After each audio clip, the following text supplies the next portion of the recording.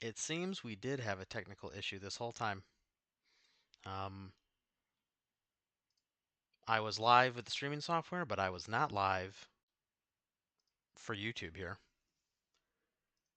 Big, big oops. I've been talking to myself for about an hour now. Well, that's just how it is. Hopefully, I'll be able to grab a little bit of that off of the VOD and I can update it later. So, for those of you who are now joining us, 50 minutes after the stream was supposed to start, um, I just finished up chapter one. I kind of breezed through it. Um, we're sitting at the main login screen here. I'm going to what I've been doing is I'm kind of just going through the chapters real quick. Everything's tied to completing the main story. I'm going to be answering any questions for people in chat if they have any. I doubt anyone's going to tune in to watch this because, like I said, this is a brand new streaming channel. But I hope to make a VOD out of this later, and then hopefully I can edit and make some tutorials or something like that. But if anyone does manage to sneak in, feel free to leave your questions and I'll try and get to them. Other than that, I'm just going to talk to myself here and have a good time. So we finished up chapter one. Um, we're just going to continue to power through chapter two. I'll just repeat everything because I'm going to assume that none of that got recorded. I'm hoping it did. Uh, you know, hey man, it's my first time. Give me a break. Don't bully me. So we're just going to continue through chapter two here. Like I said, everything's tied to the main story. I did all this in beta, in the beta test, so I'm familiar with the story. And like I said, I've played a lot of GFL1, so I'm familiar with the setting. Um, so I'm gonna kind of skip through these cutscenes, kind of not. Um, I'm not just gonna let them play out because they're gonna. One second, wait for Groza. It's not that the story isn't good. I really do enjoy the story, and it's been a lot of fun so far. Uh, but I already played it in closed beta, so I know what happens. And in addition to that, I know there's a bunch of people who are just going to want to watch and they're just going to want to see the gameplay. They don't really care about the story, which is fine. But if you are interested in the story, I highly suggest listening to it and playing. Um, the VA work is really good, really good. I was surprisingly impressed in closed beta. Um, they do a good job with the VAs, and yeah. So I'm just gonna kind of click through it for the most part. I'm gonna pause a little bit. If you want to read all the text, you probably just have to pause the video and rewind. And I'll try and give you a summary. So at this point, the Elmo, which is the mobile base you've been in, has kind of been ambushed. You got your stuff back. This mysterious box that you're trying to transport, and you just met up with like one of the local like supply brokers in the area to get some repair materials because your mobile fortress is kind of a mess. And that's kind of where we're at now. We just picked up the materials, and now we're trying to get out of this hellhole, so to speak.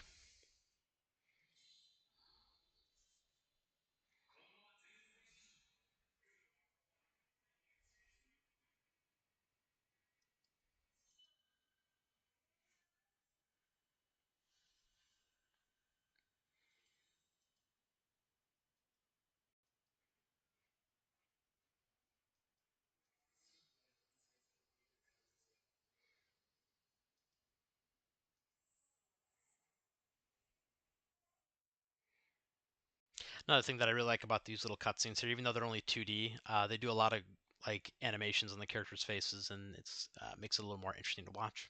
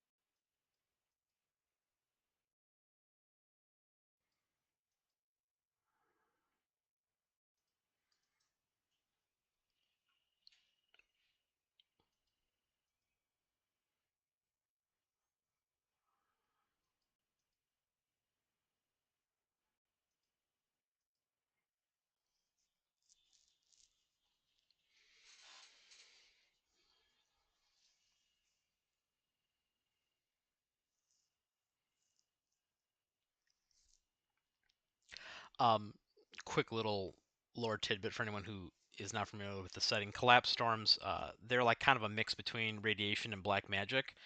Humans obviously can't be exposed to them, or they're just going to pretty much turn into zombies immediately. Bad things happen. Don't do it. So the fact that this person, what they're assuming is either a girl or another android, was able to survive. If they're, if she's a T-doll, then it's like whatever. But if it's a person, they're able to survive. That's a big deal.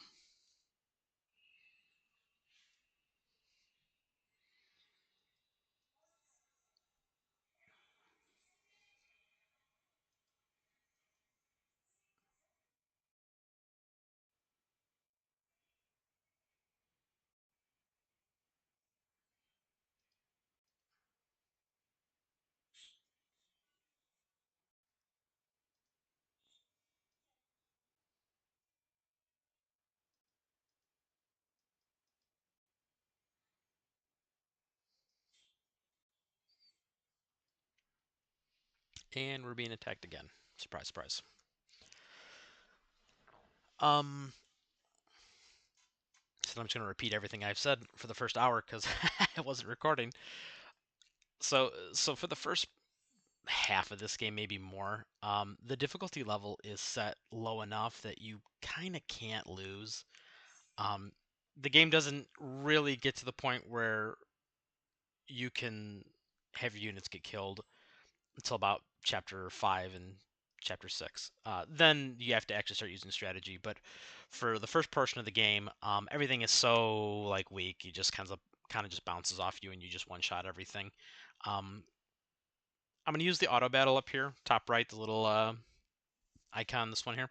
Uh, you'll see the units do a lot of questionable things, but it don't matter because, like I said, we're just gonna breeze through this. I'm gonna wait till the enemies get a little more powerful before I try and explain mechanics because it won't be easy to show them if everything just dies in one hit.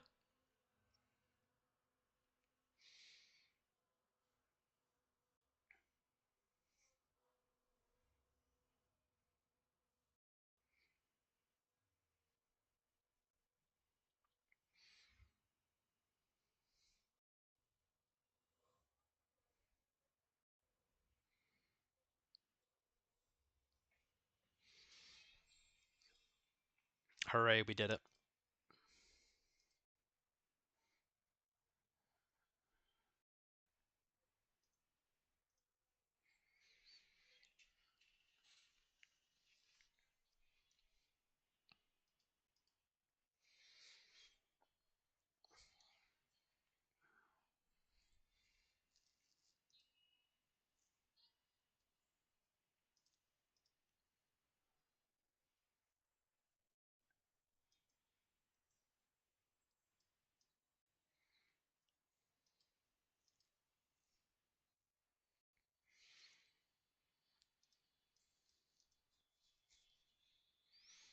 Yeah, god damn it, mailing.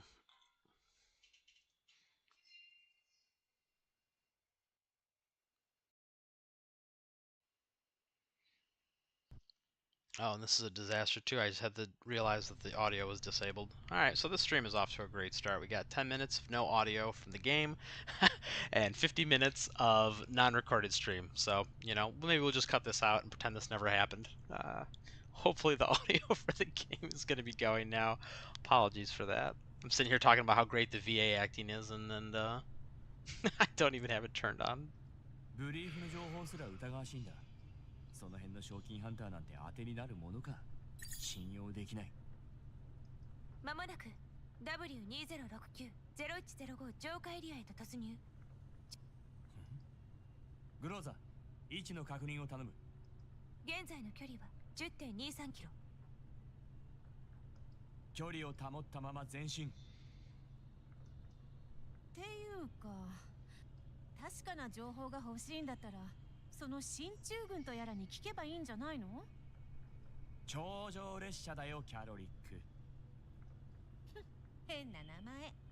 どう見たってでかいだけの記者じゃない。でかいだけの記者。キャロリック、あれはコーラプス放射性物質の汚染拡大を防ぐために浄化作業を行う起動設備だよ。浄化プロジェクトはロレン創立当時から推進し続けている重要な政策なんだ。ロレンが感染エリアを浄化するに伴い、私たち賞金ハンターの仕事は減っている。へえ、だったらなおさらその軍に頼ればいいじゃない。まあそうなんだけど、果たしてそううまく。それにち、あの旧式の軍用人形見てるだけで気分が悪くなってくる。何よそれ。前に袋叩きにでもあったの？ Carolic, you have no idea. はあ？何なのよその目は。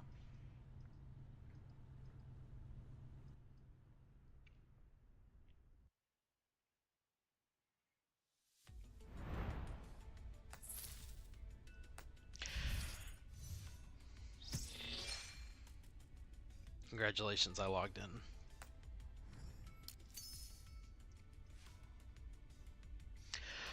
Okay, I am gonna take a small break here. Considering I butchered the first part of this stream, what I'm probably gonna do is edit this all out because, you know, that's the nice thing about having no viewers. No one will ever know this happened. We're just gonna cut this all out after it gets saved as a VOD and when I push it to YouTube. So I'm gonna take a small break here. I'm gonna get a drink, and we'll be right back.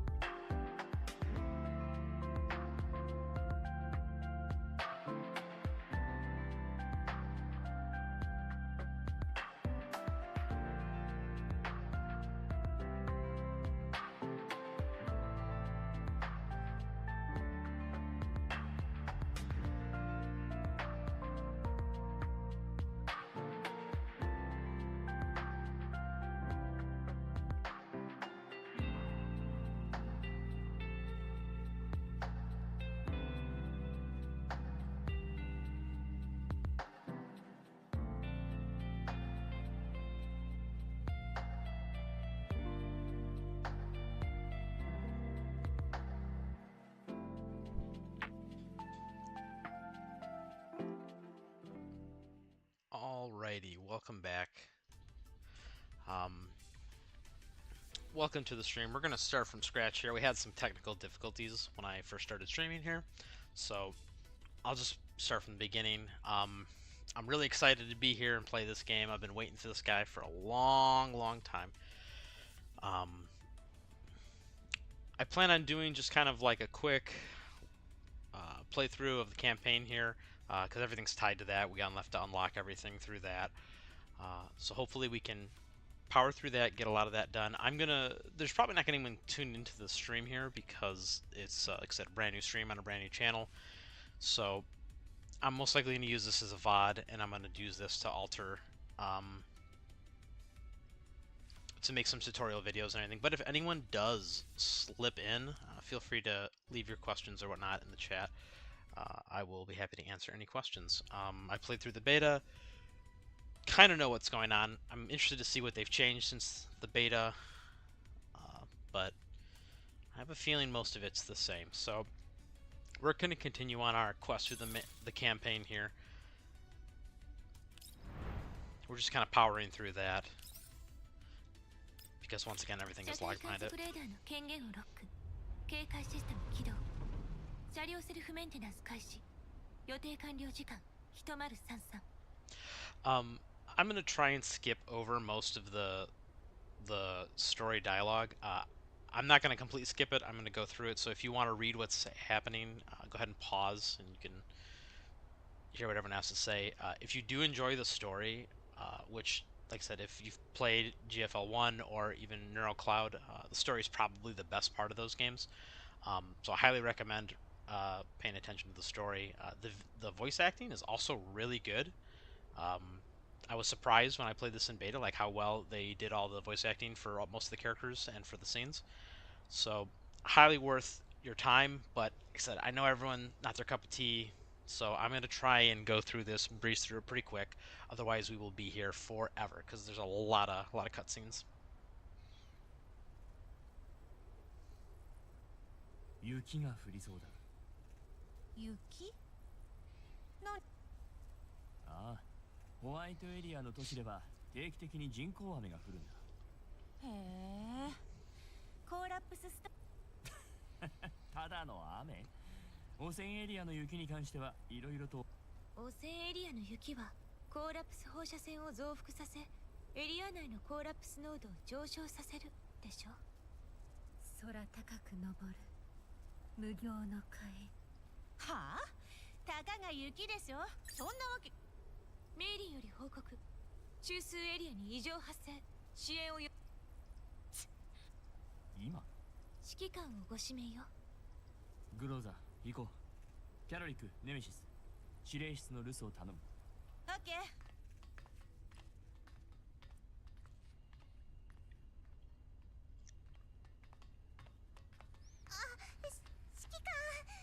Uh, I know I said the VA, the voice acting is really good, with one exception. Mei Ling is probably the most annoying character I've seen in a long time. All she does is cry. Hopefully she doesn't do it in this scene, but like, oh man, get ready. That's all I'm gonna say. その指揮官、実は私。メイリー、落ち着いて。隊長。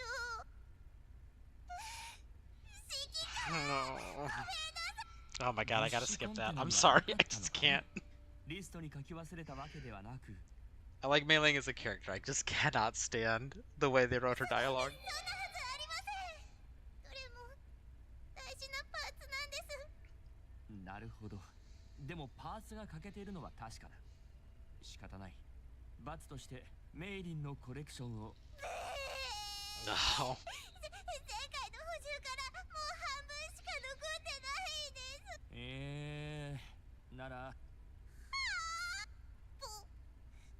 ボーナスは。ん？ボーナスで。君のボーナスを差し引くだけで帳簿が黒字になるなら苦労しないんだがな。ポルドニッツァに連絡だ。リストに書いたというんなら大方彼女の問題だろう。エルモ号の修理を終えたら残業して ECCM 装置を新しく作る。は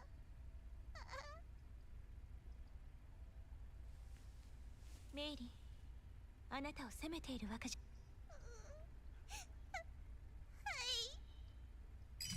おや、この前不足だって？まさか。でも物資コンテナにはどの場？ナンバー K8。 K812？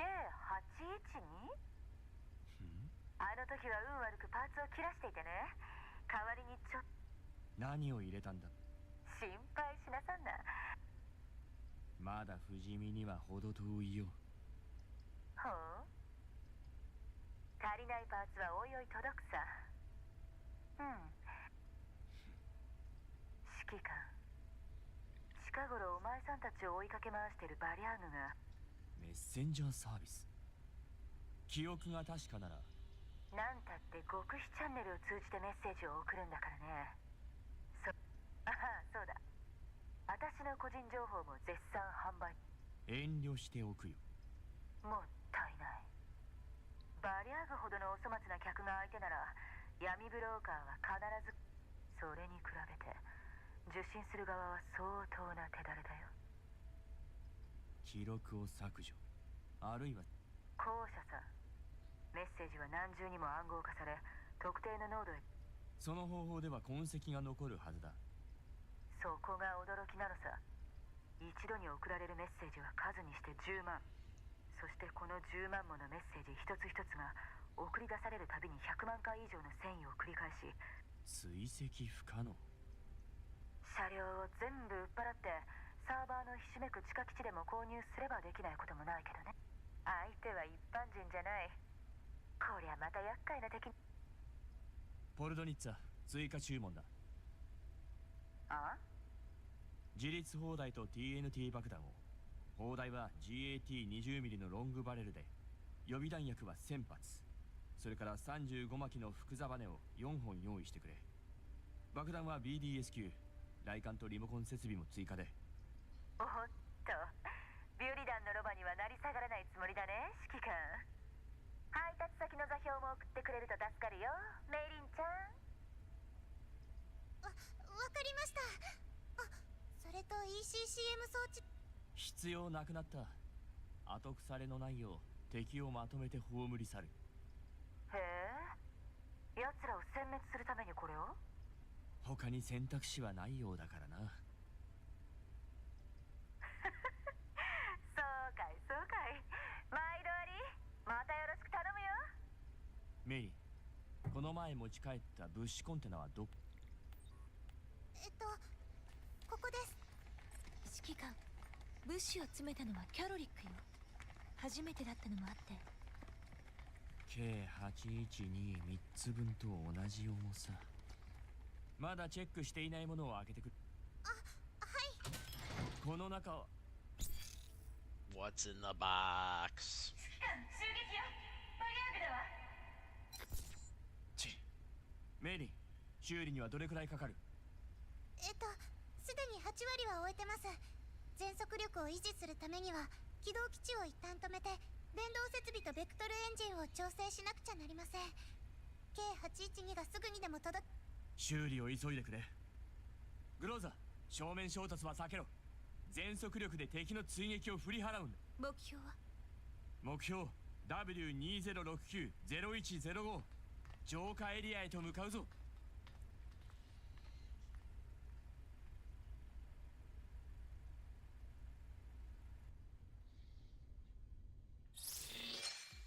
We got a stowaway on board.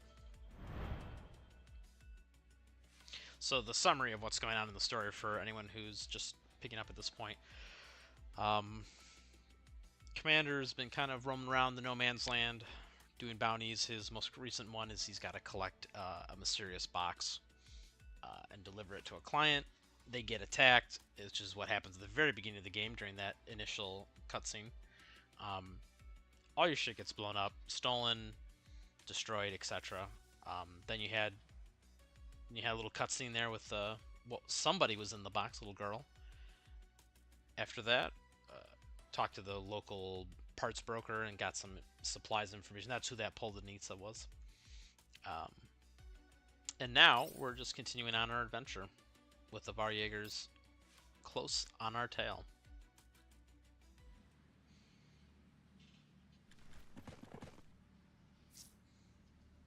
It's a big ass vehicle.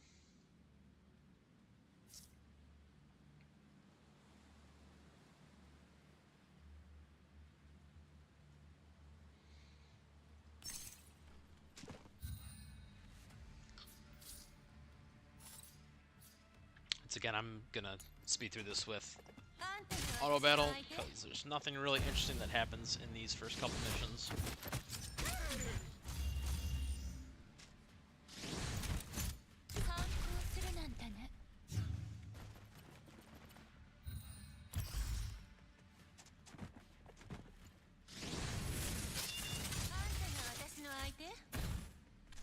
Questionable moves from the AI as usual.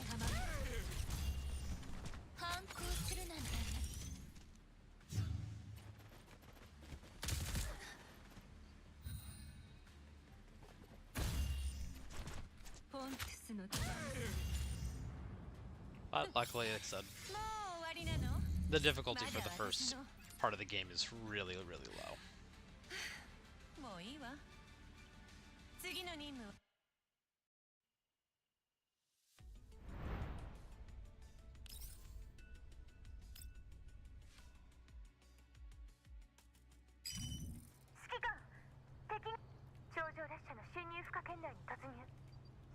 基地を止めろ。メインライトを掲げるんだ。グローザ、警戒態勢を維持し。了解。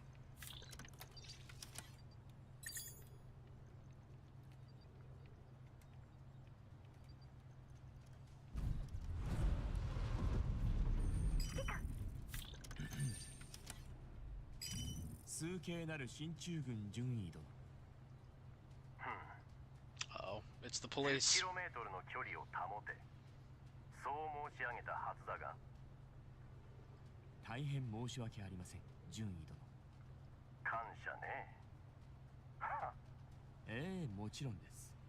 我々の侵入を許可いただき。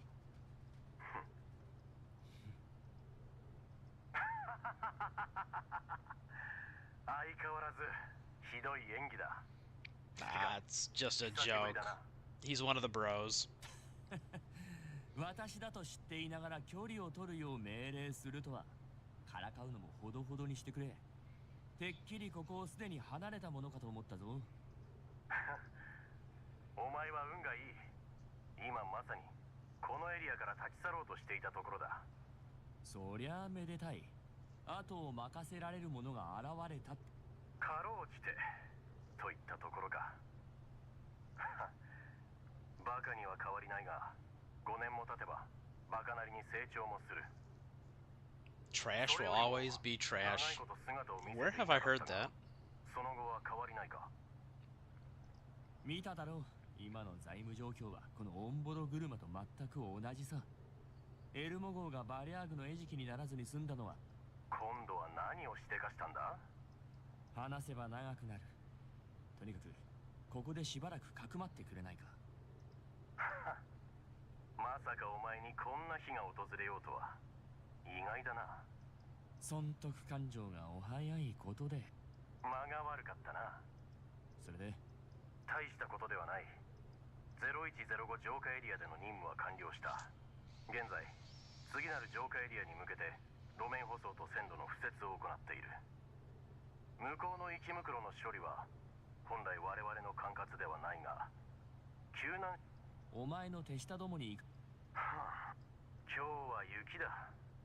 こんな天気じゃコーラプス放射線は増幅する。防護服は何の役にも立たない。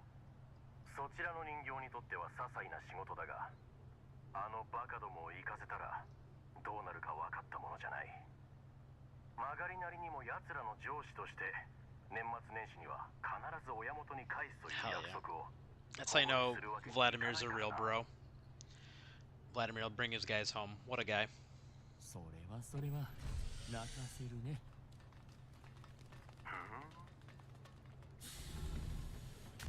なるほど。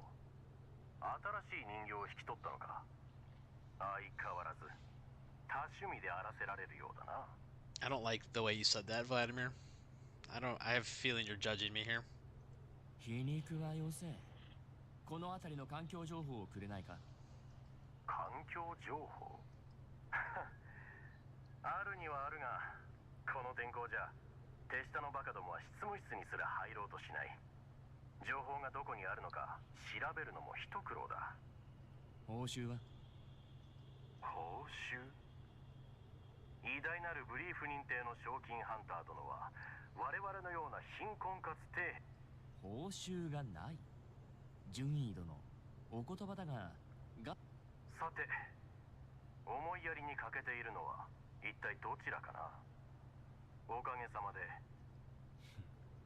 だが物資。軍用物資の審査はかなり厳しいと聞いていたが。厳しい？この5年間一度たりとも在庫状況について聞か。それもそうか。交渉成立だ。さすが。ただし条件が、数形なる順位殿にぜひ思い出してほしいんだが、地形が複雑で気候の変化に乏しく、生き袋が頻繁に現れる。あるかもしれないが、情報の保存。コーラップス放射線が記憶に影響を及ぼすなんて聞いたこともない。さあ、ウラジーミルさん、変わりないのね。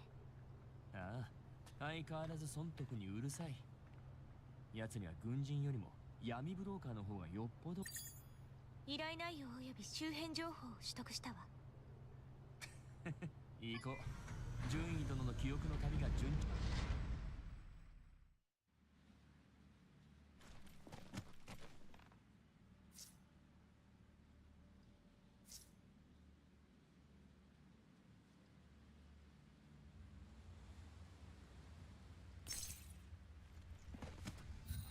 Alrighty, another super easy mission. Fast forward.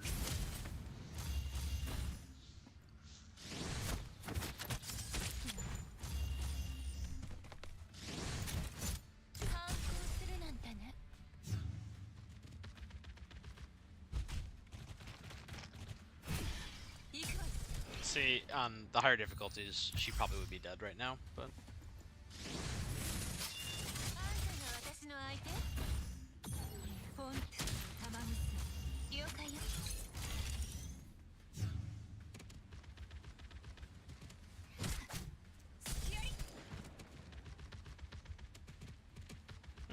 Nemesis, how did you... or Kralik? She teleported through the wall with her ability, but she didn't think about how she was gonna get back. Okay.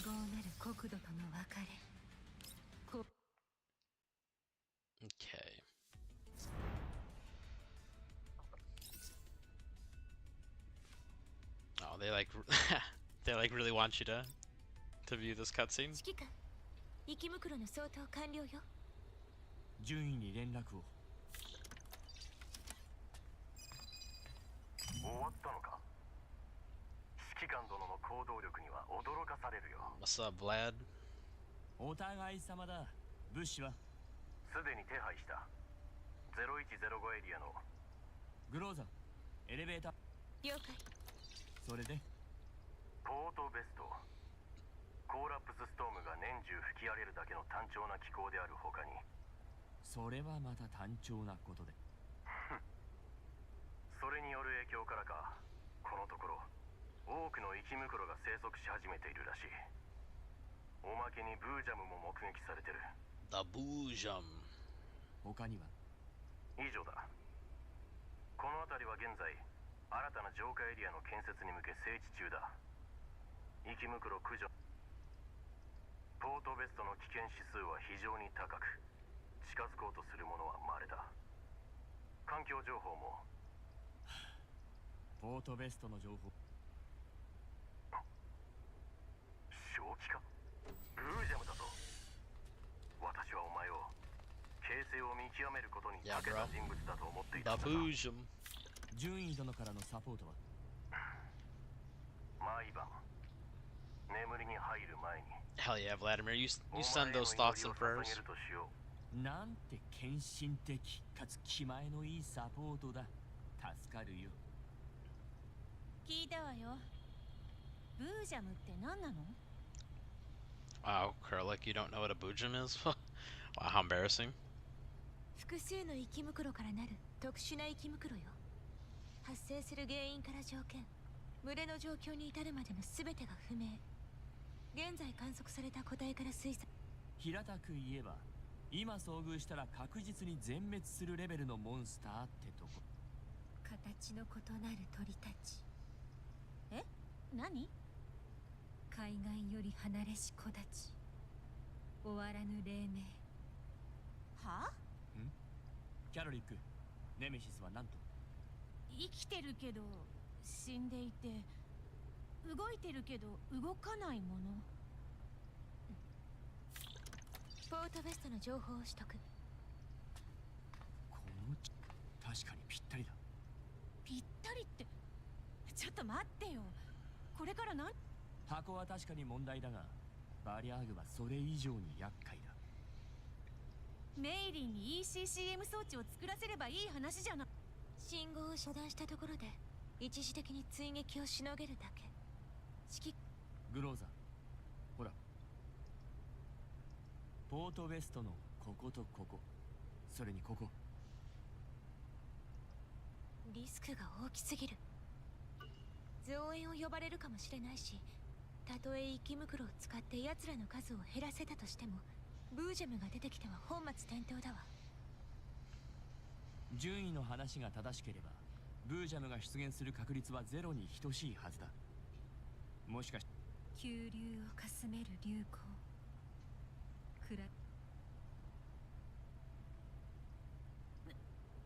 何よ、こっち見ないでくれる？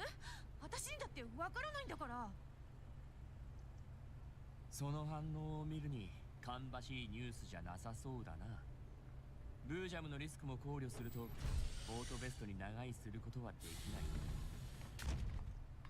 指揮官、ドローンエレベーターの最終調整を除けば。お疲れ様。はい、そう。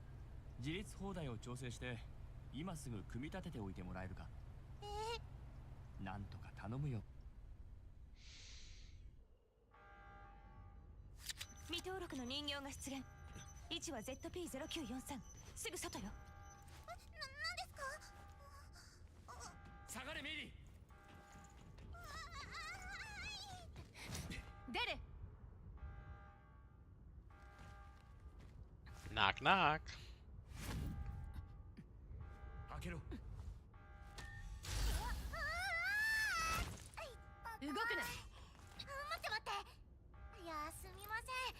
人がいたんですね。どちら様？はじめまして。これベンって言います。だって普通の民生用人形ですよ。実はボルドミッツから噂の指揮官さんという情報をどうにかゲット。騙されないわよ。指揮官、まずはこいつをバラしてポルドニッツァのやつに話。そこまでする？ Groza, can you please turn the alarm off? 助けに来たの本当なんです。そう緊張しないでください。Yeah, this is kind of a weird sequencing of this. In the cutscene, she like fell into the room, and now it's saying she's still locked outside the door, which is why she's got like the muffled voice. 変な液体に目がない可愛い女の子って。本当ですか？メイリン、泣くな。 Please don't give the alcoholic any more to drink. このお方は絶対。その通り。コルテンにやってきたのは完全に全員からの。入れてやろう。指揮官、怪しすぎるわ。構わないさ。腹部に爆薬が詰まっていたところで、その素体の大きさじゃ私たちを瞬時に片付けることはできな。わお、ボルドニッツァってはそんな風に言ってたんですね。はーい、その通り。ボルドニッツァが送った指揮官へのプレゼントでーす。This is your average free-to-play person right here. This is them embodied in a character. Clothes falling off, their entire livelihood on their back. ポルドニッツァは決して損になる商売はしない。君を送ってきた目的は何なんだ。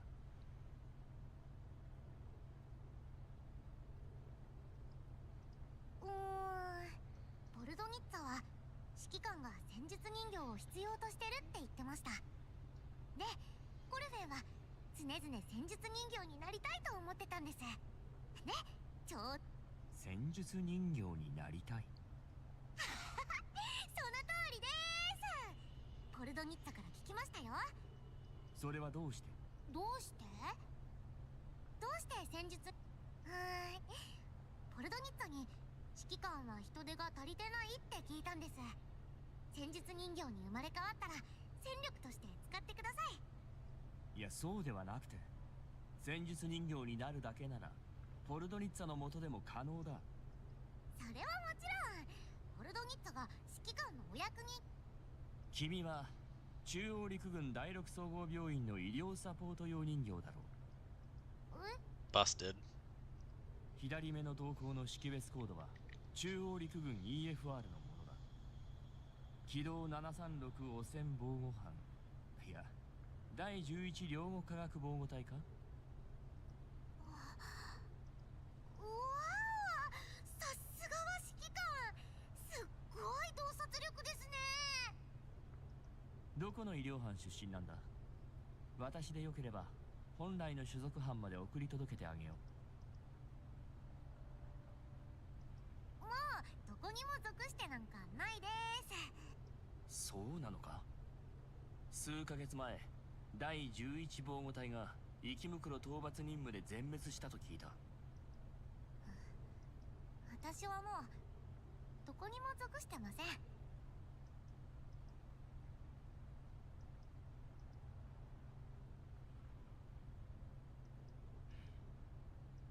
もし汚染エリアでの行動が目的なら医療用人形としてここに留まっても構わない。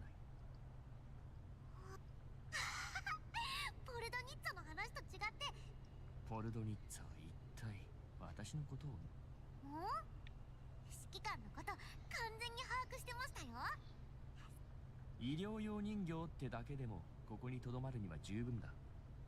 戦術人形になりたいのは何か別の目的がある。目的。もう指揮官、ホルフェンは本当にお手伝いしたいだけなんですってば。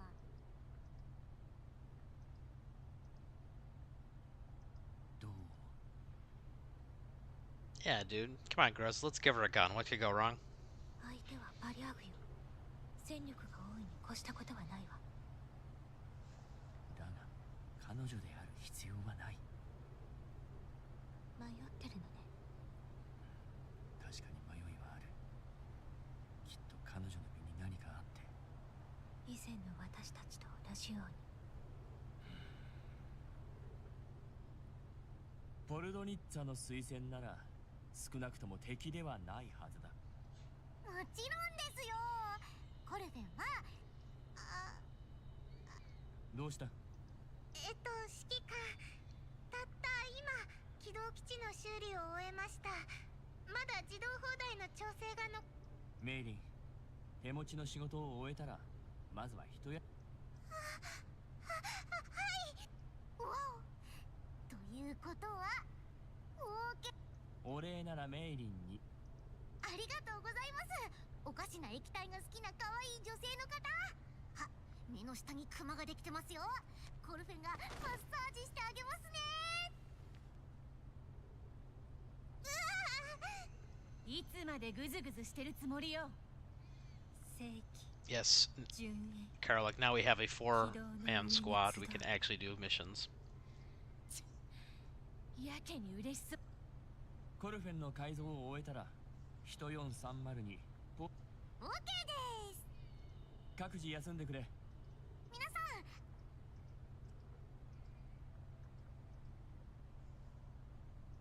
ああ、外にいるわ。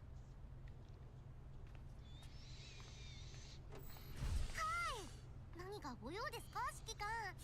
なんでも言うこと聞いちゃいますよ。そうかしこまらなくていい。え？知ってるよ。この数ヶ月間汚染エリアで暮らすのはさぞや大変だったろう。 Yeah, 君 please. がわざとらしく話す理由も私にはよくわかる。 Yeah, please act normal. 私は君の要求を受け入れた。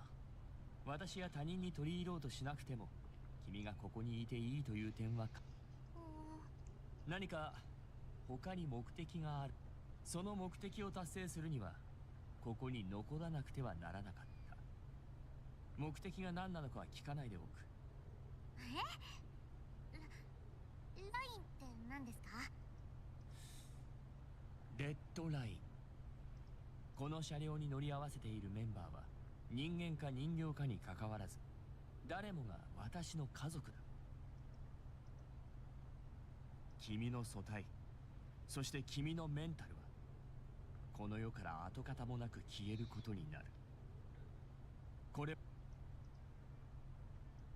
かりました。表情が自然になったな。指令室左の階段から休憩スペースに上がれる。空いてる部屋はたくさんあるから好きなのを使ってくれて構わない。はあ、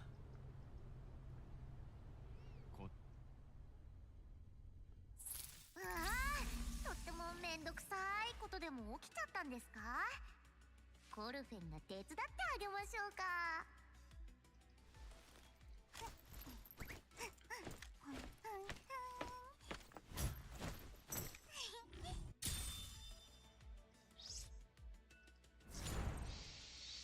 Alrighty. Let's do another little tutorial here. They're gonna start talking about supply missions after this. If they don't show you, I'll show you. いいわ。 Yep, we gotta level her up, because she's new.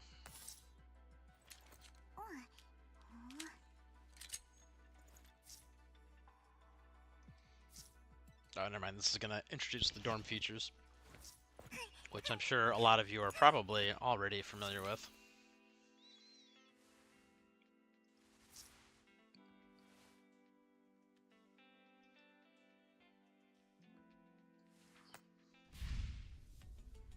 Oh, that was it. Nice. Well, we're gonna have to level her up though, because she is not leveled.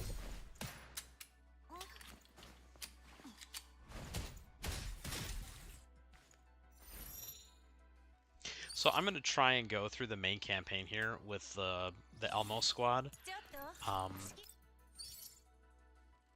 They do a pretty good job of, and they're a pretty well balanced team. Karalik is the only one that kind of stands out, is like kind of awkward to use because she's melee. And obviously it's a game about guns, so you know, you do the math. But I did this in closed beta and it worked out pretty well. Like I said, none of the content is really difficult, so you can get through the majority of the game just using the starter 4 here. You know, if you manage to get any of the, I'll be doing the gambling later, but if you manage to get any of the other characters, some of them are just like kind of like straight upgrades. But good news for you free-to-play players, you will not have any difficulties. So I already know that there's tons of people asking about like, oh, you know, what are the best units? What's the best team comp? You don't need to worry about any of that. By the time that starts showing up, that's pretty, you can just player skill your way through a lot of it. But if that's too much to ask, you can still get through the majority of the content without having to have specific characters. And hopefully I'll be able to do a tutorial guide on that later. That's kind of what I hope for this video series. I can take this free-to-play core group of 4 characters and just kind of do all the valid content that's out right now. So let me just double check the weapons here. Yeah, we don't need to upgrade any of these weapons. You're going to replace all these weapons. ちょっと。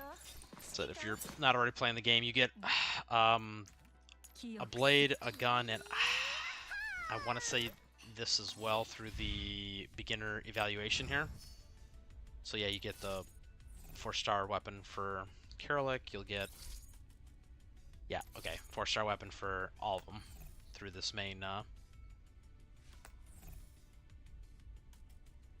thing. This is, like I said, a lot of this is tied to the main story. Like if I click through these here, eventually I'll get to one where it says complete main story. Yeah, okay, so now we're back on to like complete the main story. So like I said before, it's gonna be just power through the main story to unlock a lot of this stuff. We'll claim this one as well. And a lot of this stuff will just kind of come naturally as you play. But this is how you're going to unlock your free 5-star Vepley. She's a good character. Lots of AoE abilities. I think all of them are AoE. That's AoE. Okay, 2 out of 3 of them are AoE. So she pairs well with some of the other AoE-oriented characters. And she has abilities that kind of... I believe this one knocks people out of cover. Yeah, you can knock people out of cover with this one, which makes them obviously a lot easier to deal with. So she's a solid character. And she's got a really cool stuffed dinosaur.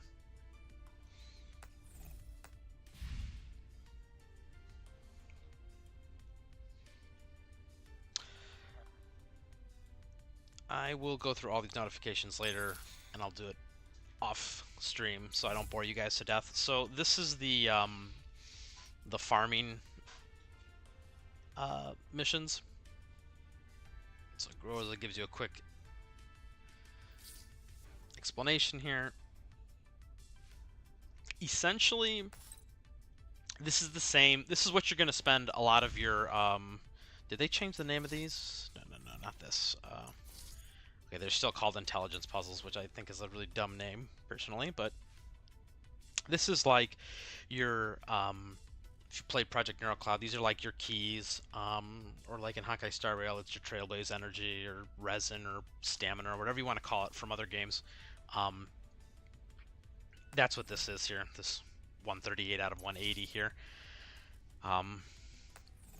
You're going to use that essentially at the very beginning of the game. You're just going to use it to power through the main story quest here, because every mission you'll see costs 20, and you get them as you level up. You get 10 every time you level up, so like it kind of feeds itself for the first part of the game here until you, I think, get to about the end of chapter 3 or 4 before you start running out naturally. But after you've unlocked all the story chapters, you're going to spend a lot of it to do this. This is essentially getting the combat reports to level up your characters. And then this one's for weapons. This one here is like the material used to ascend higher tiers. I'm having a mind blank as what they were called in Project Neural Cloud, but they're essentially those like gold like training datas that you use to go like break through level 50 to, so you can now level up from 50 to 60, etc., etc. This one here, attachments, is for weapons and gears. It's essentially relic farming in other games.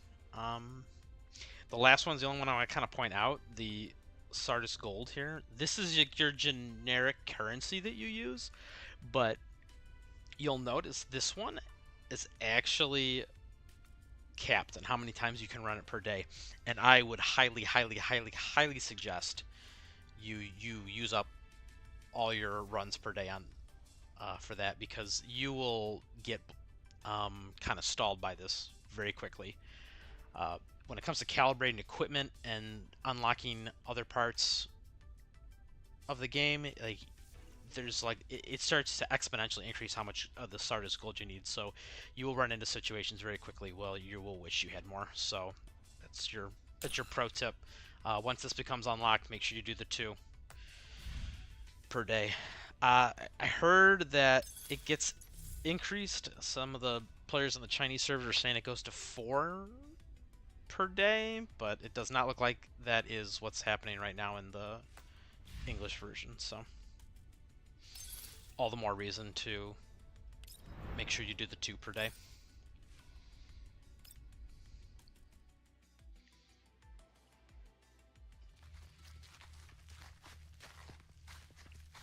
この付近に大きな建築物があるわ。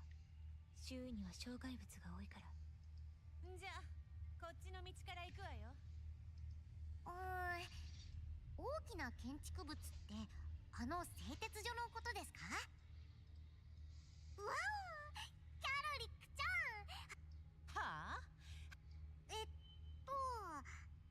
コルフェン、ウサギちゃんが大好きなんです。自分で探せば。じゃあ今度キャロリックちゃんが買いに行くとき。うるさいわね、いらないわよんなもん。キャロリック、任務を優先して。 If you want to play a great drinking game, take a shot every time Groza reminds the team to stay focused on the mission. Good luck. はい、隊長の言う通りです。任務第一でないと。この先はここを訪れたことが。正確に言えば通り過ぎたですかね。出発よ。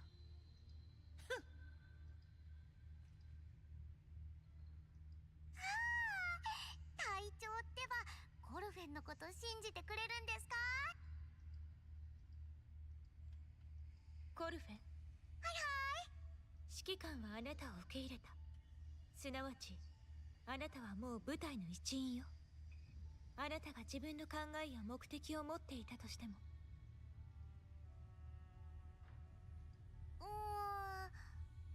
でもおかしな動きをしたらグローザ隊長はどうするんですか？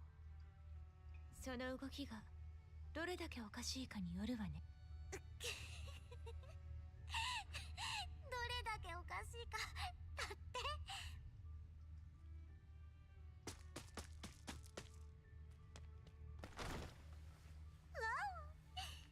グローザ隊長も指揮官もやっぱりできることならいい人には。ちょっとあなた。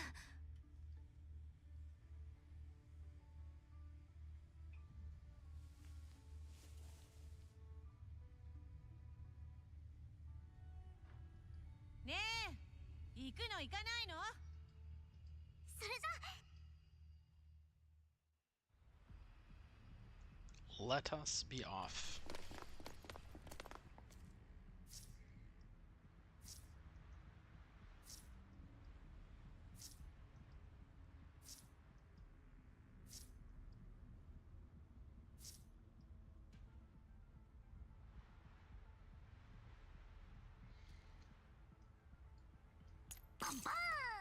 So I will not auto this battle, just to show you this is what they're talking about. They want you to use the conveyor belts here.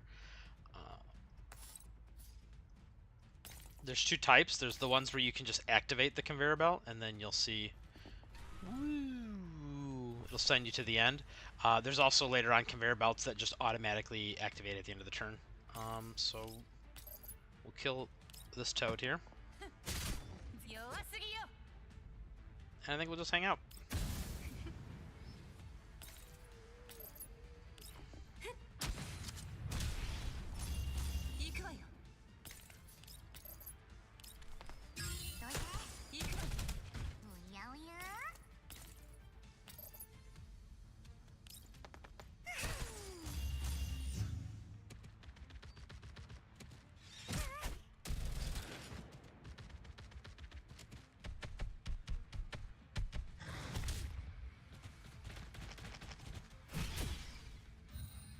Don't worry about what side the units are. So for example, she's covered on both this side over here and on this side.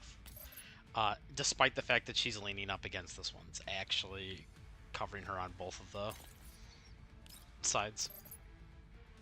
Oh, that's right, her alt does not cleave.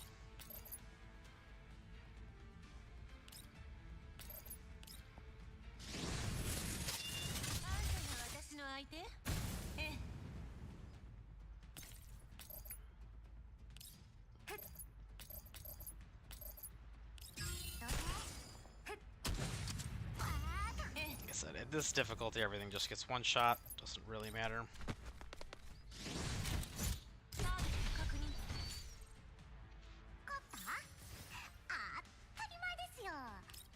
ポートベストに関する環境情報の信憑性は約 92%。 コーラプスエピフィラム。ええ、ポートベストには分散型のコーラプスエピフィラムが散見されるわ。ここは浄化エリアに隣接してる。コーラプス濃度はそう高くない。コーラプスストーム、ここのコーラプスストームの多くはレッドエリアから来るものよ。このエリアの複雑な地形によって気流が渦巻いて巻き上げ、浄化プロジェクトにとってはかなり今のところブージャムが出現する兆候はなさそうよ。よし。深淵、作戦計画はこいつに任せろって言ってるわ。ってなんであんたが計画に口出しすんのよ。群がる海流を見捨て命の光を消滅させ。ほう、勝てるっての？ああ、キャロリックちゃんってばネメシスちゃんの子。知らない。へえ。グローザ、メイリーに自立放題を準備するよう伝えてくれ。了解。ネメシスは作戦計画を。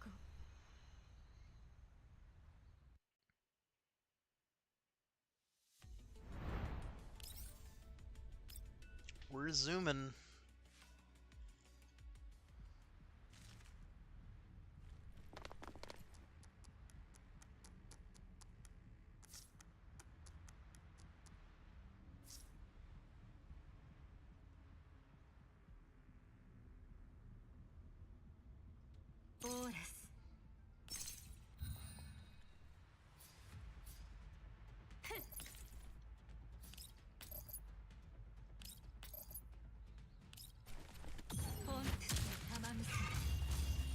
So these things are really annoying. They spawn a little mini guy next to you whenever you shoot them. Will it not let me into? Oh, that's right. You have to actually have a target. Can't do that. Sorry, I don't think they have any range attacks. I mean, they spit some webs, but like, who cares?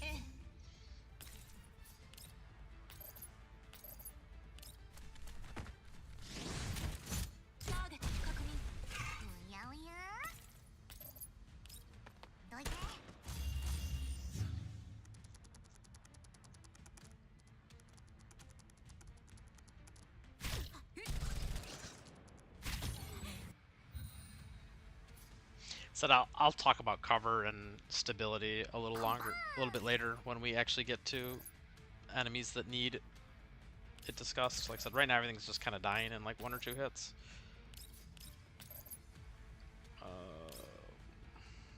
Except this guy who does not want to die.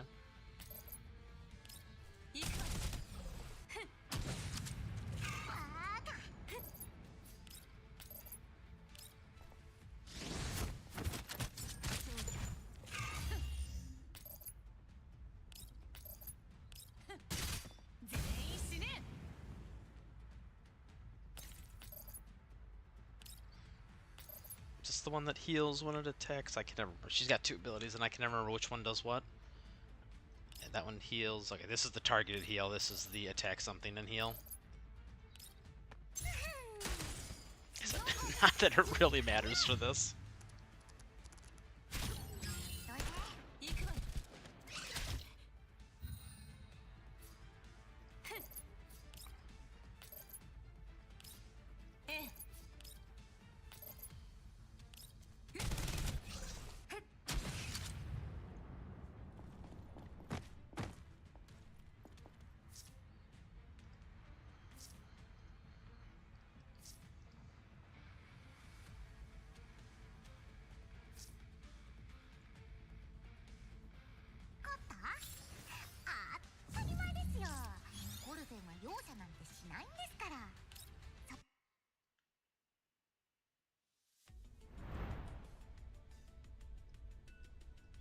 I think we're going to get through chapter 2 here, and then I should have most of the stuff unlocked, and maybe I'll do a little bit of gambling.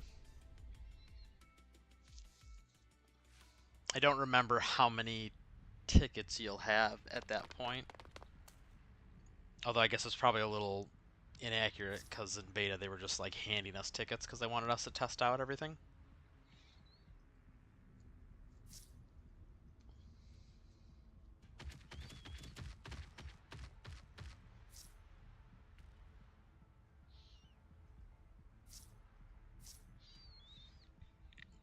Yeah, this is important. A lot of this combat mechanic comes up a lot later. Yeah, the alerts just mean that they're not actively engaged in combat until you actually either attack them or enter their like vision zone, which is this area around them.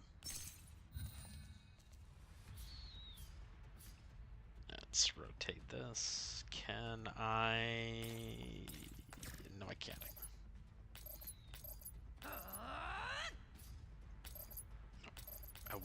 I want to go here and attack the barrier. Can I do that? Yeah, because it can. あんたが私の相手？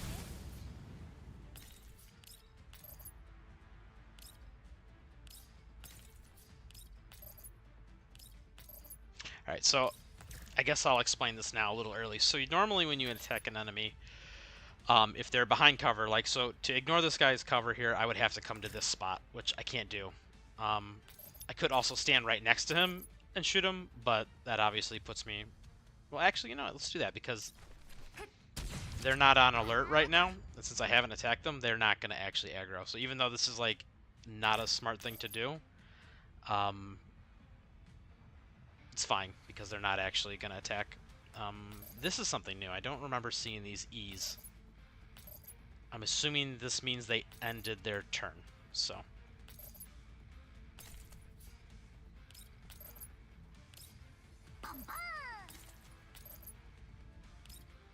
Which one? Hydro. 治療装置準備完了。 From downtown.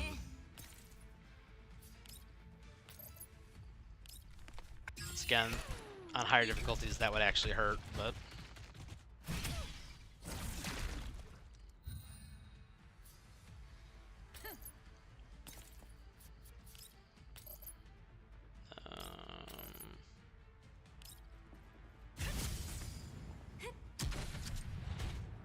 So, the reason Nemesis did a follow-up attack there is from her talent. I'm going to go over all the characters and like kind of their basic loadouts and kits, what they do later. But essentially, Nemesis's talent, this one, she puts this debuff called Prophecy of Morning on the target. You'll see it. If you click a target here, you'll see this little icon. And if they get attacked by a different one of your units, she does like a little follow-up attack. So, nothing too crazy. 心理と総合 That's kind of a big part of her kit, though, because later on she has lots of abilities and things that let you kind of, like, chain those together and, like, get lots of cool buffs and whatnot. Oh, that's right, that's the single target heal. That's also a single target heal, so... That's annoying. どこかな。行くわよ。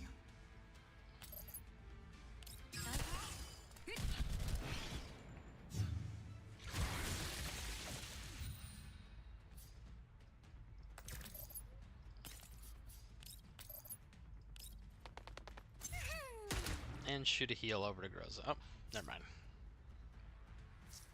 Map over. ええ。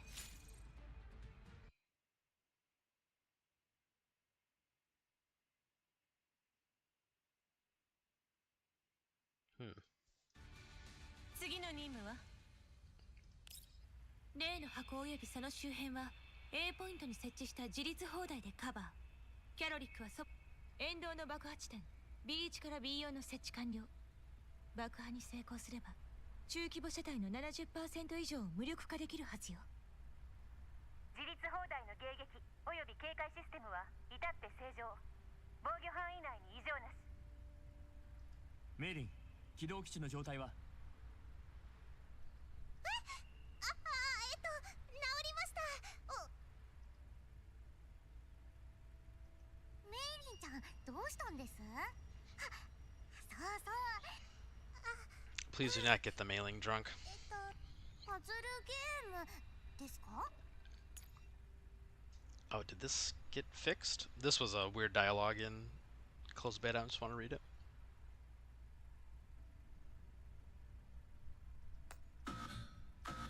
Okay, that didn't get fixed much. Makes a little more sense now, but it's still kind of just like random. Like, yo, you want to play Tetris? Sure. なんと 車両の身元を確 了 But 解 it's okay, because as 行 usual, 動開始。 we're under attack.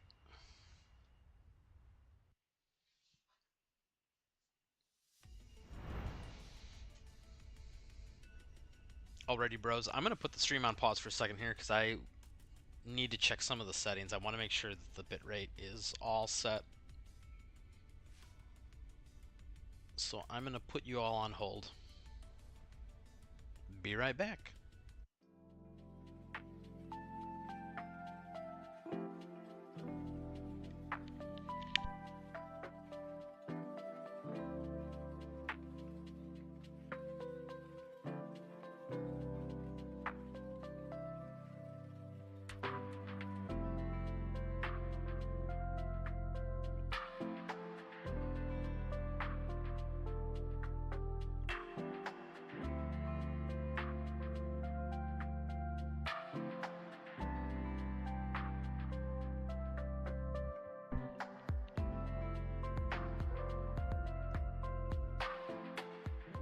And we're back. That only took a minute. I don't know what it was complaining about. There was no bitrate issues, so YouTube just acting a fool.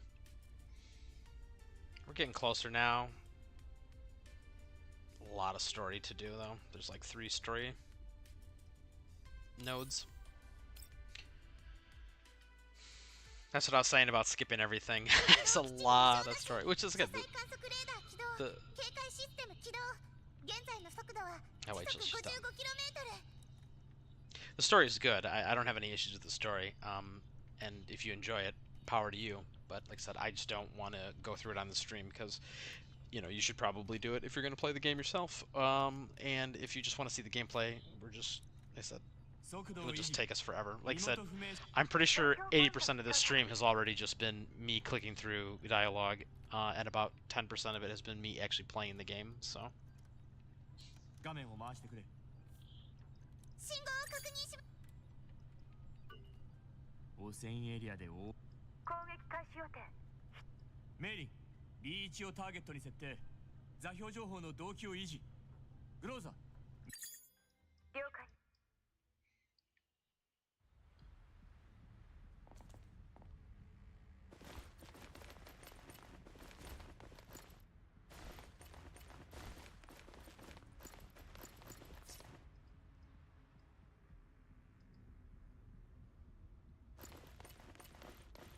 Oh no, we're surrounded.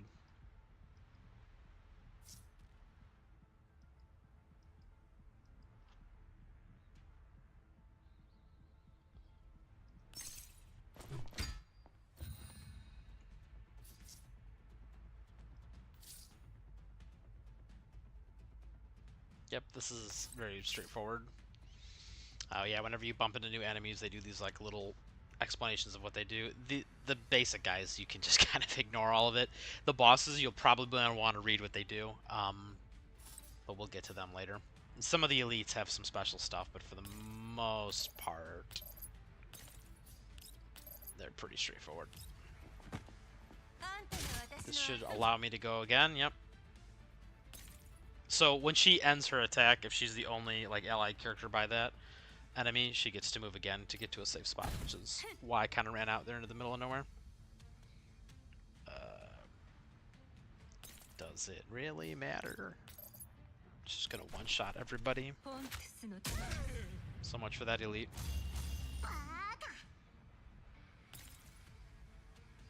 She can't see anything.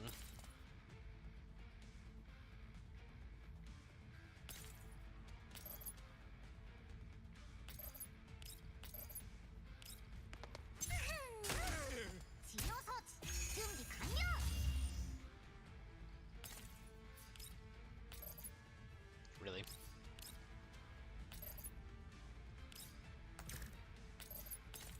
Yeah, whatever. Maybe he'll crit. Nope. Big sad.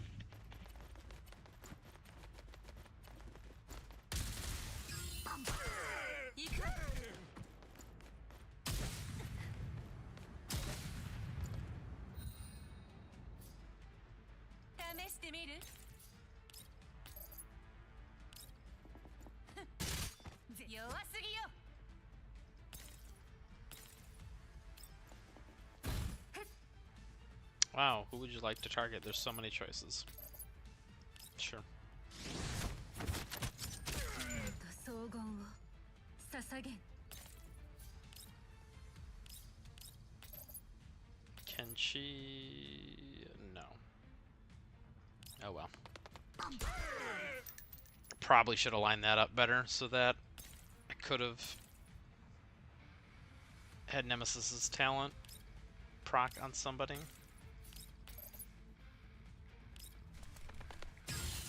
Like I said, it doesn't really matter. These enemies are all so weak.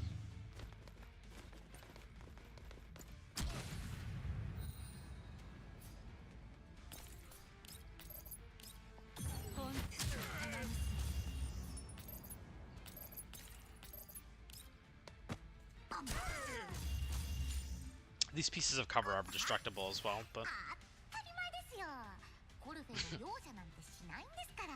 we can hit continue here if you just want to keep doing the story, which is what we're gonna do. リーチポイント It'll automatically start the next mission. That's the difference between continue and confirm.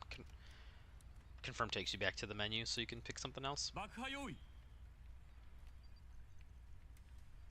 各員は撤退準備。指揮官、機動基地後方に車載観測レーダーの権限を解放。警戒システム停止。車載観測。爆破まであと5、4、3。損害状況の報告。バリア具の車体に 32% のダメージ。32%。こんなあからさまなトラップにすら気づかないとはバカな奴らだ。任務続行。目標 B2 ポイント。身元不明車両の識別完了。バリア具である可能性。増援か。どうやらコーラップスストームが近づいてるみたいですね。それもメイリン、環境情報を。この時間帯のコーラプスストームはあった。影響範囲はしかもコーラプスストームは A ポイント。キャロリック、そっちの情報。コーラップスエピフィラムがつぼみをつけたわ。こんな時につぼみの状態は。隣に生えてるやつはつぼみが完全にむき出しになってて、花びらの付け根が膨らみ始めてる。なんていうか咲きそうって感じ。 How do you know so much about plants, Carol? Like, that's what I want to know. ならまだ1時間はある。 Specifically the anatomy of plants. 目視不及のもの。ネメシスが予想外の状況が起きるかもしれないって。グローザ、作戦を急ぐぞ。 B2 を諦めて直接 B3 ポイントへ向かう。わかりました。即戦即決だ。爆破を終えたら直ちに離脱する。了解。各員に次ぐルート変更。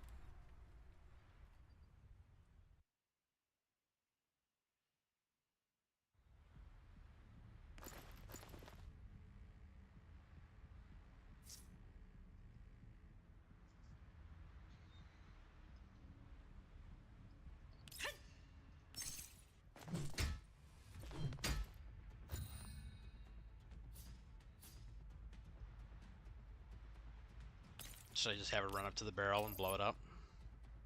What could go wrong, right? Let's have you just shoot this barrel.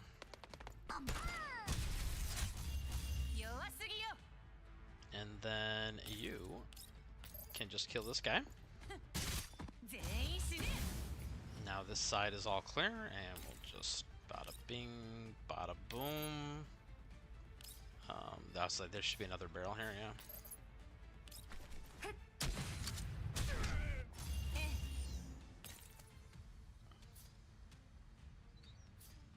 Easy peasy.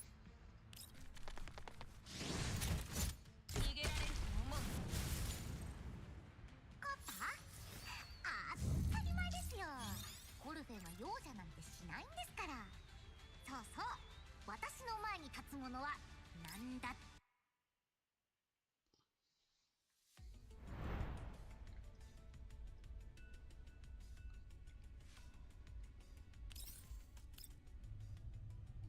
ボス、1号隊がほとんどやられて。ズラカル、ふざけるね。タレ、くそタレが。なんでもココーラップスストーム相手じゃ車体が持たない。なんだと。やはり計画通りにはいかないようですね。箱は必ず手に入れてください。ベルセルさん。目的は箱だけかい。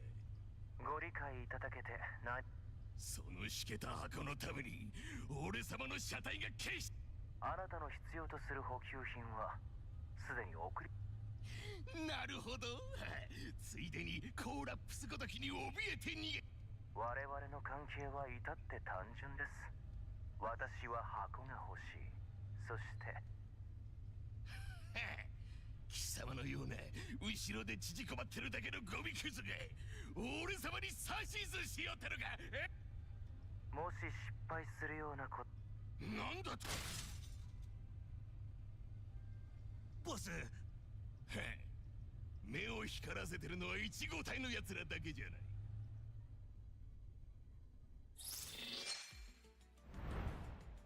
That was a pretty short cutscene, actually. I might have explained this earlier, but these little side branching missions here, you can ignore these and skip these. They're essentially what they do is they just give you these things which just unlock like a little journal entry, and they give you some collapse pieces, but they're not relevant to the story. They don't unlock anything gameplay wise.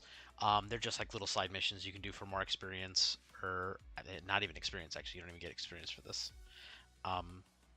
But you just get the unlocks. Maybe you get the experience from doing the journal entries, but I don't remember off the top of my head.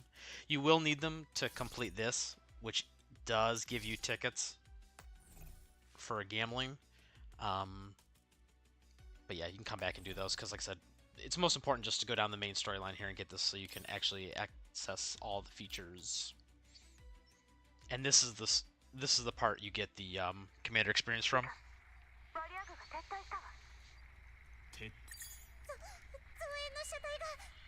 食い止めろ。大量の生き袋が突如出現。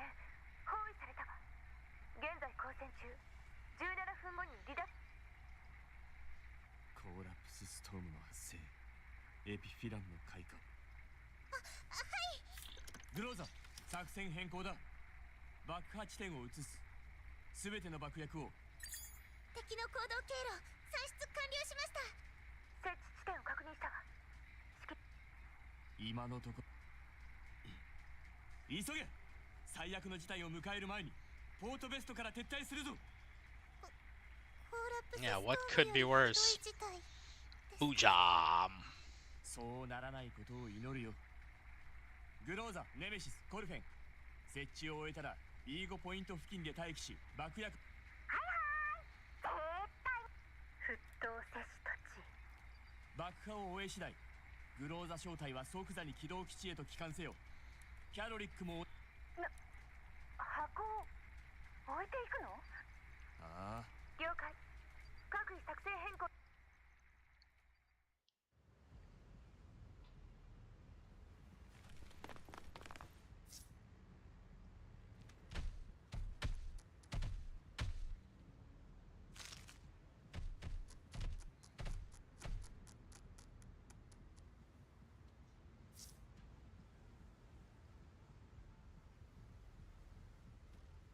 Sure.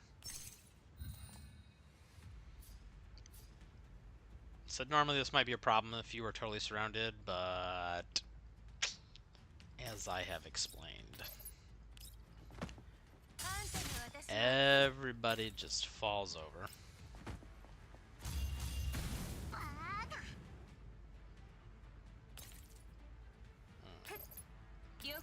Okay, then everyone can get in this little...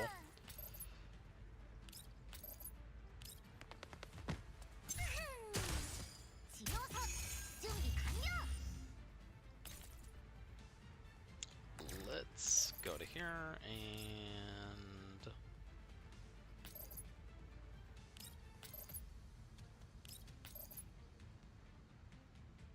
Alright, let's just do this one.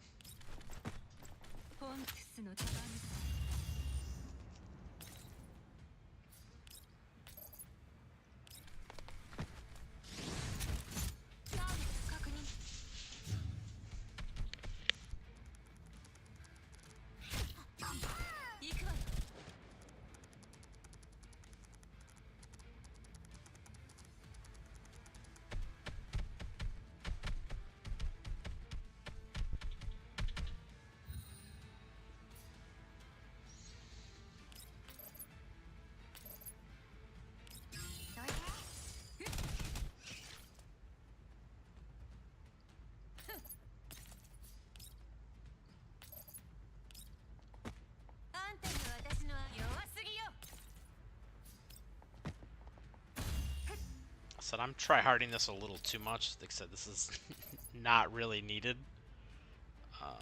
Let's see if we can... 真理と荘厳を捧げん。ええ。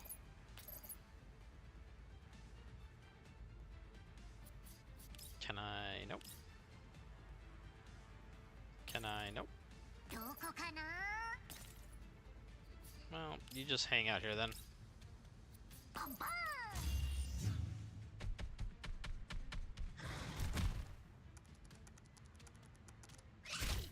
行くわよ。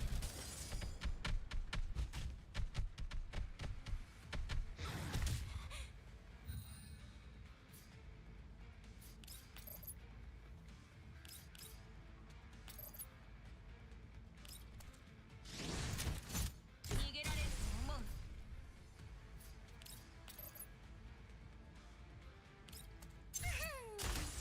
使用装置準備完了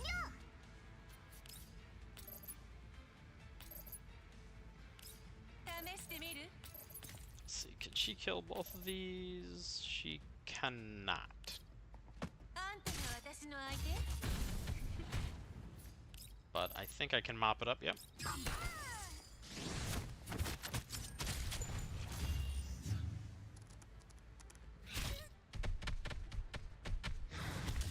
行くわよ。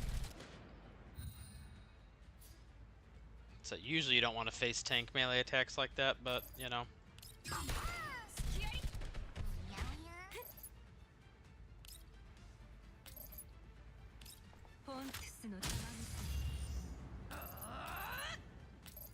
結 I need you to click correctly. び。ぜっそ。 Is there one left? Oh, there's one left. バカ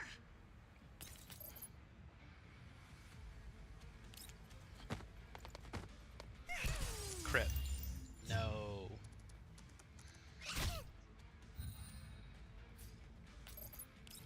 どいて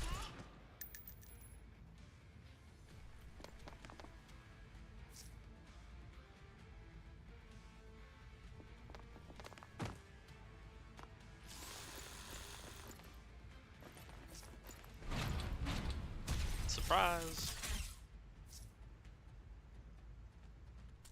行くわよ。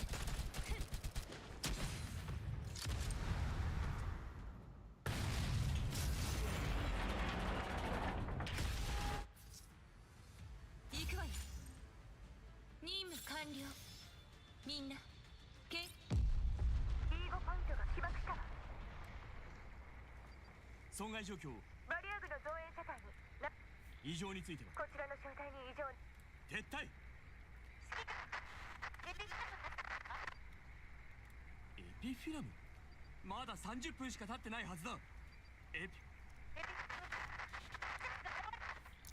キャロリックメイリ接続を続けろ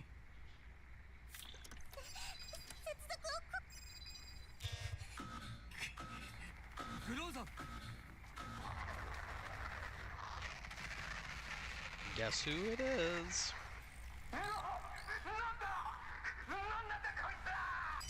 指揮官現在の場所からキャロリックの状況を直接観測最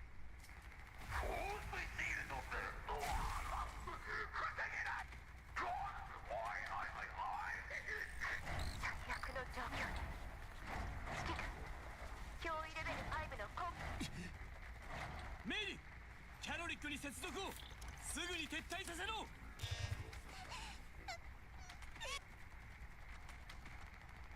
もう間に合わないグローザ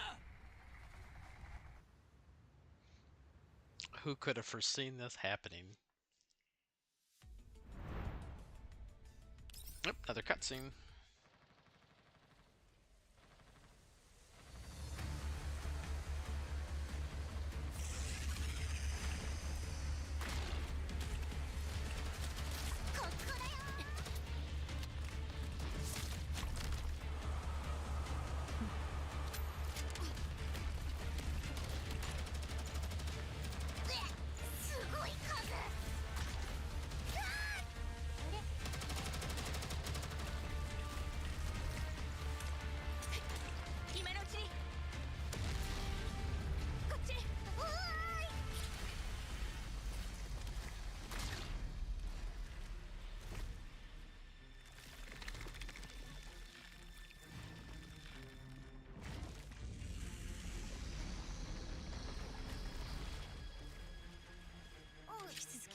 イント A へ移動。ネメシス。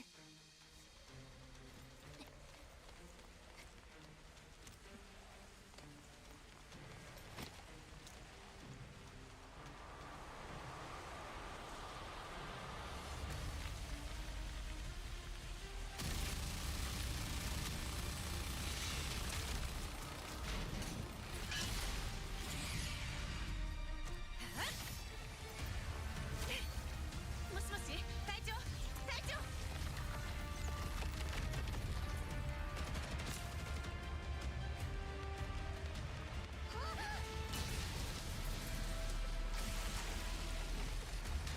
撤退。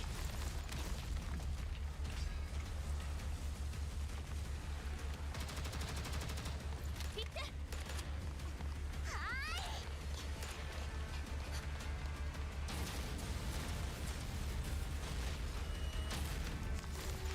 走るわよ。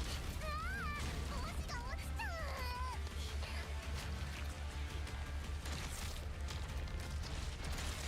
隊長。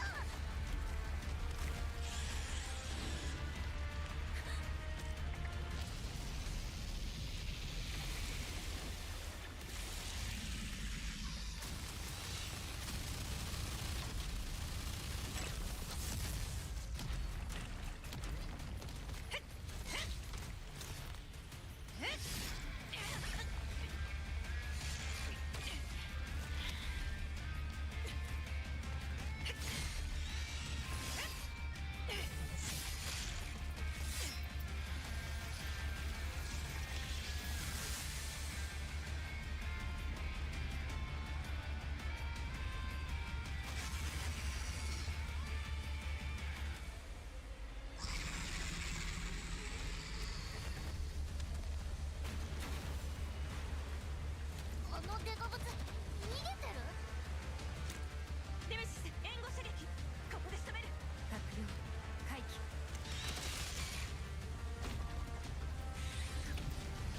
キリがない。隊長、隊長。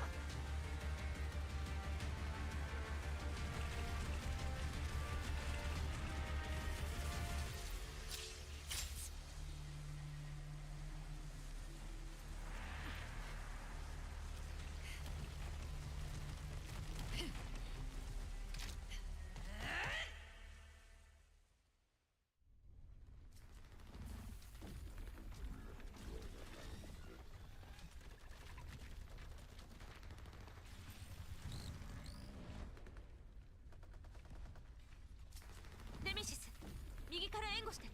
ルージャムを食い止めるのよ。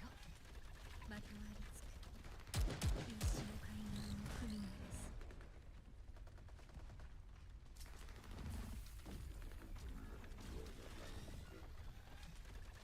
うわあ、しょっぱなからこうも大変だなんて。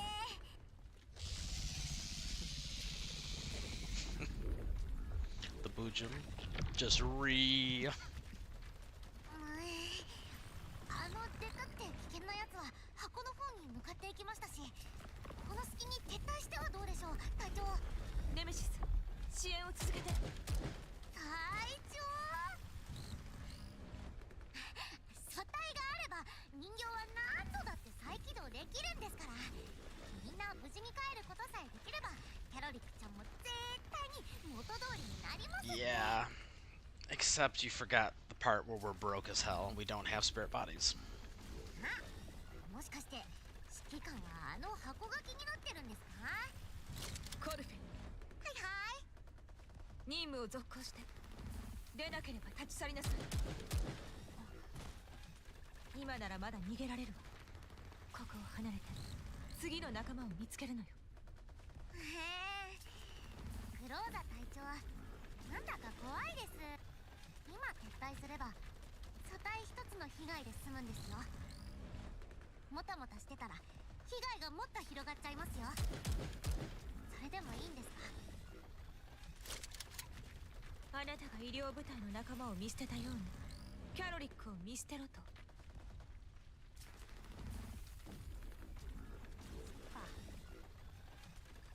隊長はみんなにここで死んでほしいんですね。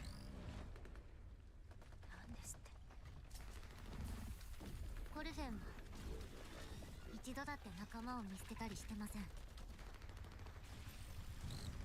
隊長は私の何を知ってるって言うんですか？あの時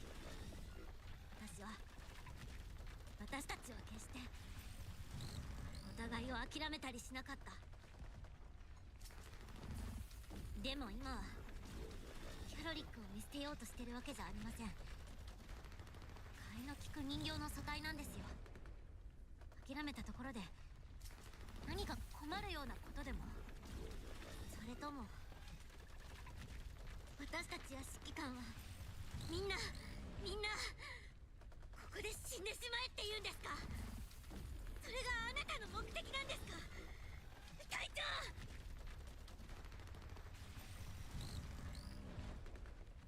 あれ？隊長、怒っちゃいました？だけど最終的な判断は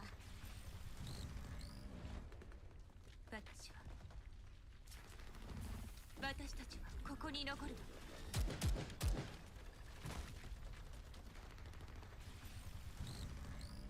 強行突破するわ。移動開始。目標 A ポイント。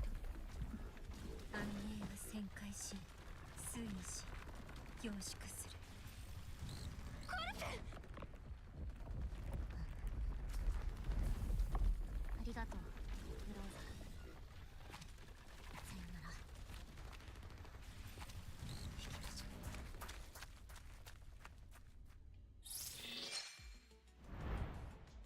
Okay, last mission here.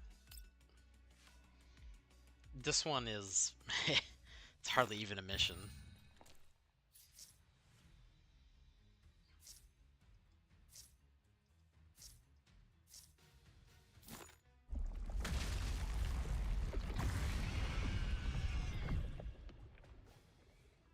Word on the grapevine was that this was actually like a challenging mission at one point, and then it was a little too challenging for the target demographic. So they had to nerf it, and from my understanding is it's kind of just... You'll see. All you do is activate these and keep running. That's the whole mission. Congratulations.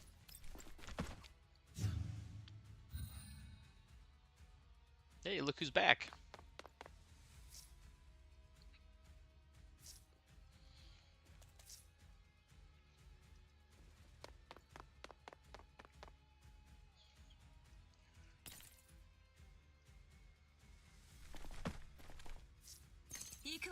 Peace.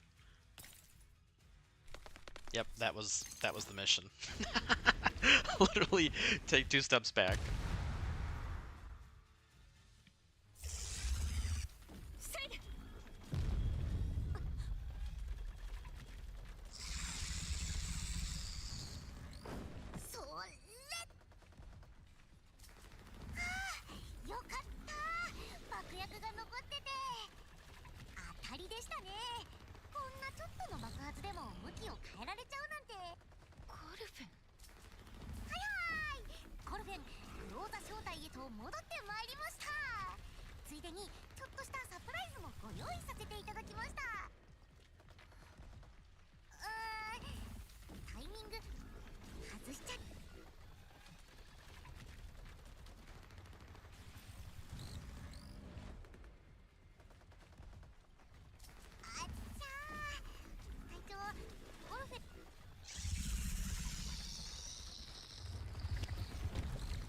Oh, he's a bird now. He's tweeting. あのヤバいやつ、いきなり消えちゃった？隊長、私たちラッキーだったみたいですね。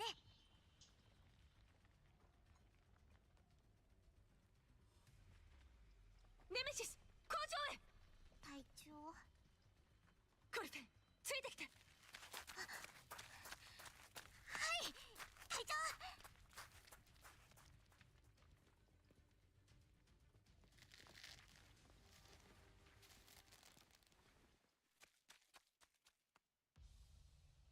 任務完了。みんな警戒を怠らないで。安全に帰還するまでは気を抜けないわ。 Oh, this is something that's changed. Receive no more than 200 damage within 6 turns. Pretty sure that was not there in closed beta. We'll watch one more cutscene.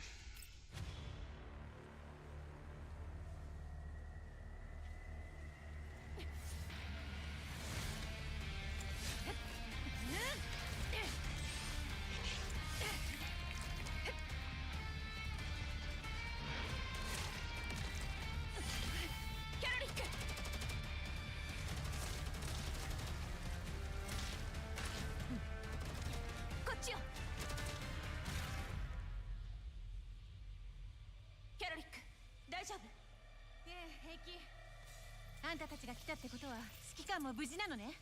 もしもし指揮官、もしもし。ブブー、ダメみたいですね。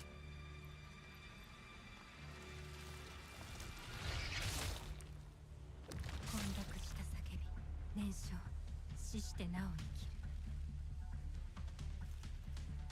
ネメシスが敵がまだ残ってるって。総員警戒。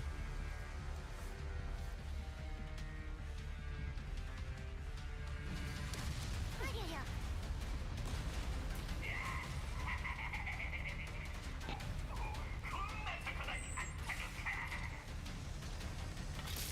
Homie's got the claw.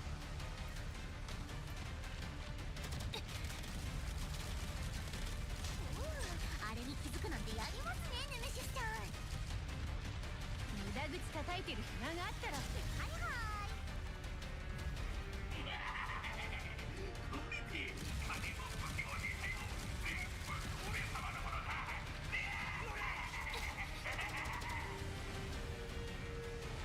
グレネード。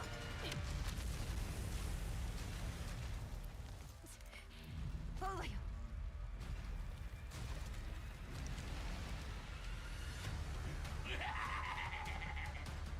全員ついてこい。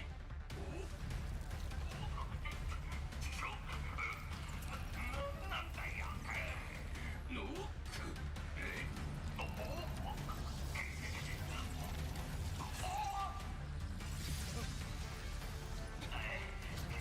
止まって。い。わお、あの箱取れるんだ。周囲を警戒。逃げろおいおい俺がバレたぞ。逃げんじゃねえ。おい。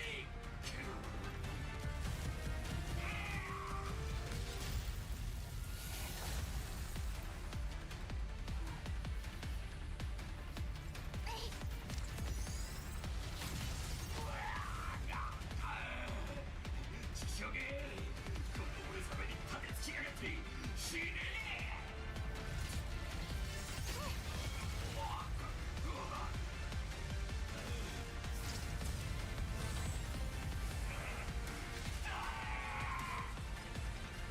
おや。死にやがれ。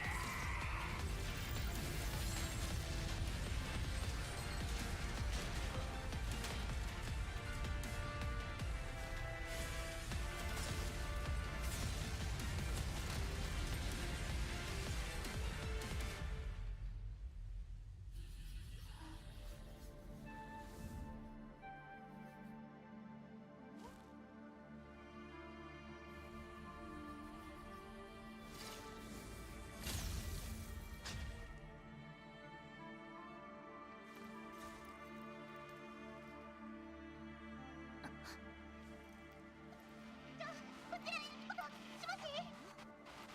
皆さん、聞こえますか？隊長。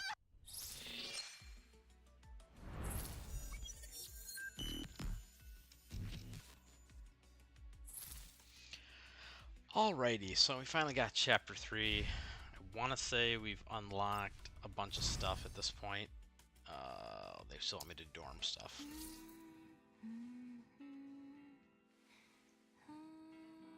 Yep.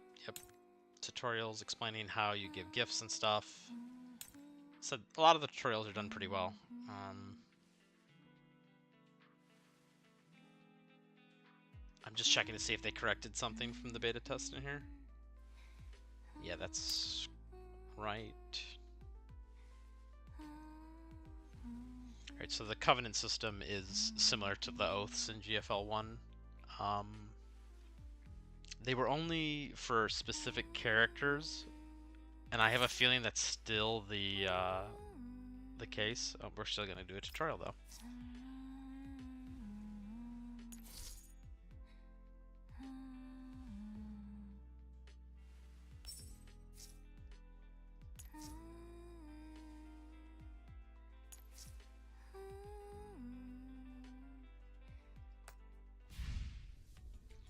Like I was saying before, I was so rudely interrupted. I think we've unlocked a lot of the different things. I think we got supply missions. This one's still locked. Let's see, what's the commander level at? 12. I'm gonna take a quick break here, and we'll come back.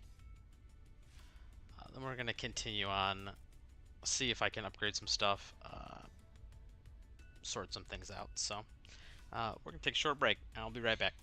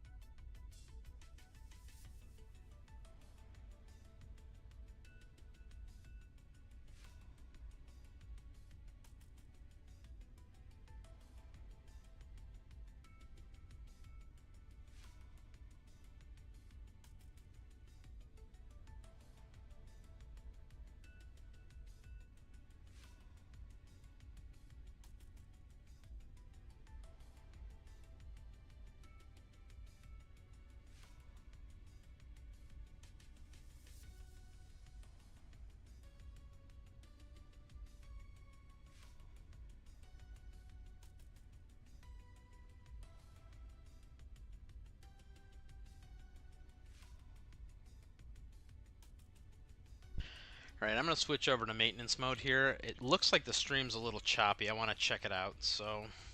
And then after that, we'll get back to everything.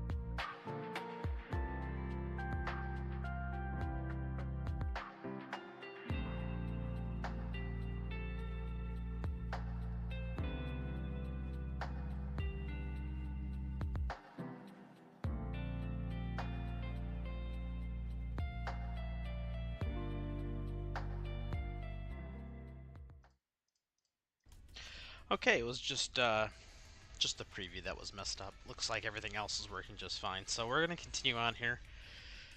Oh, I shouldn't have clicked this. another tutorial here. Oh,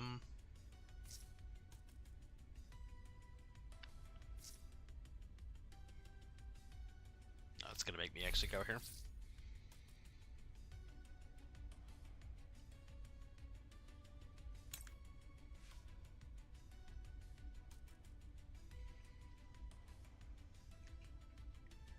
Okay, this... I can't remember if this was in the beta test or not. But essentially this is recycling bad attachments or relics, or whatever you want to call them. Gear, equipment, algorithms, take your pick. Same thing, using this you can convert things. But for those of you who are asking, yes, the little dinner gate here is your boy. He's the one that lets you get to your mailbox here with all these wonderful things. Oh, what is this? Oh, they're gonna give you one right off the bat, huh? Okay. Persica the Goat again, hooking us up with some free stuff.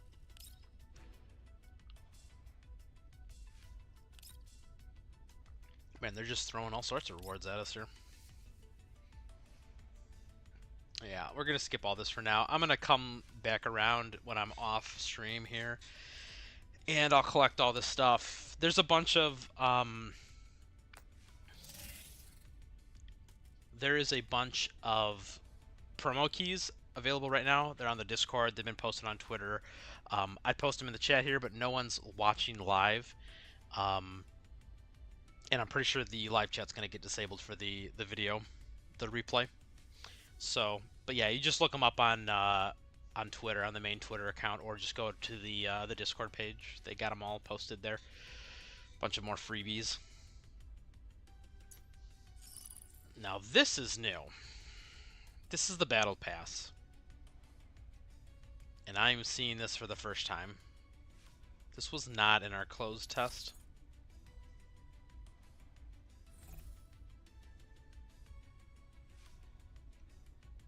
What do you get for maxing out? Is it literally all just weapons? Yeah, it's all just weapon stuff.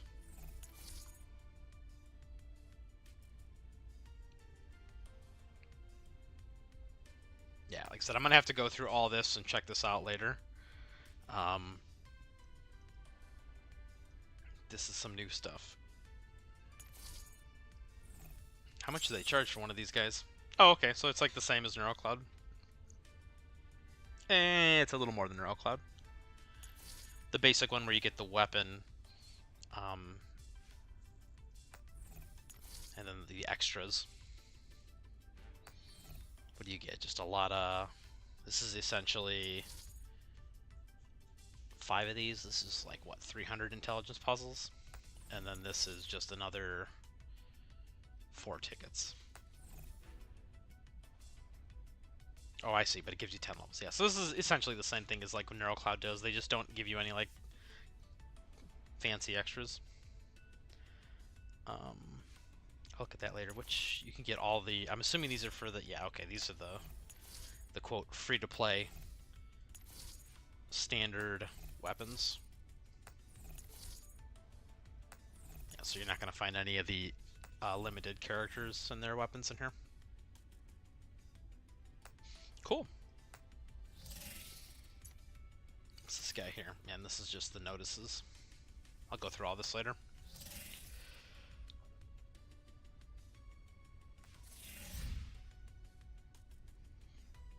What are we at as far as tickets? Not enough. Not enough to make it worth time to gamble right now. Said the story's so easy. You just like I said, just power through. Oh, what am I? I'm using like what, level 10 units? Yeah, everyone's like still level 10.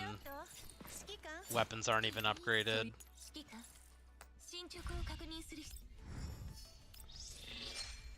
Did I think, yeah, I was gonna say, I think I got enough to get the...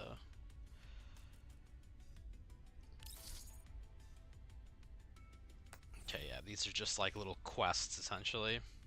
Upgrade a weapon to level whatever, which we're about to do, and then this is... Okay, so they do want you to do the side missions here. I was telling you earlier that you don't have to do the side missions, but you need it here for the appraisal. So you can get to phase 2, etc. Which I don't really care about. Actually, I do care about, because we need this. I want this weapon.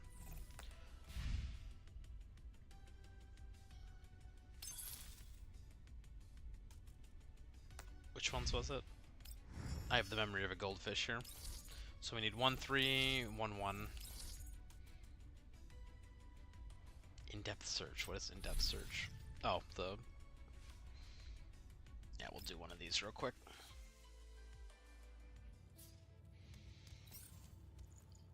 These little training exercises are very straightforward.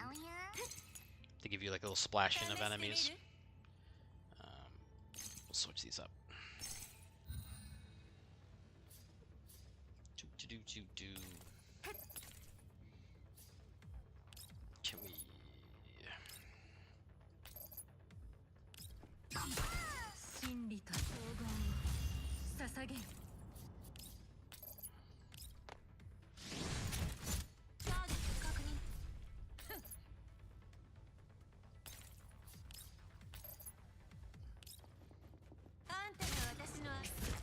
This is my cover now. Thank you. And then we'll just... Yeah, he can't actually get over the wall, so don't matter. Can I hit that guy? No, I cannot.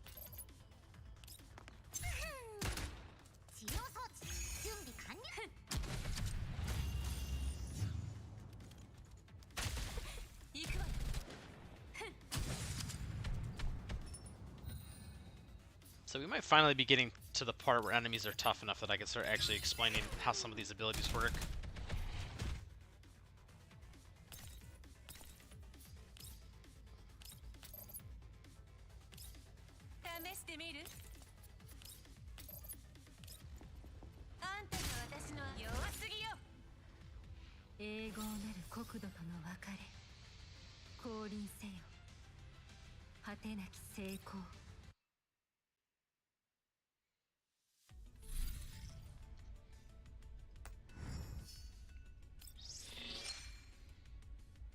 Oh, that's nice. It brings us back to this menu. So we'll go do 1, 1, and 1, 3.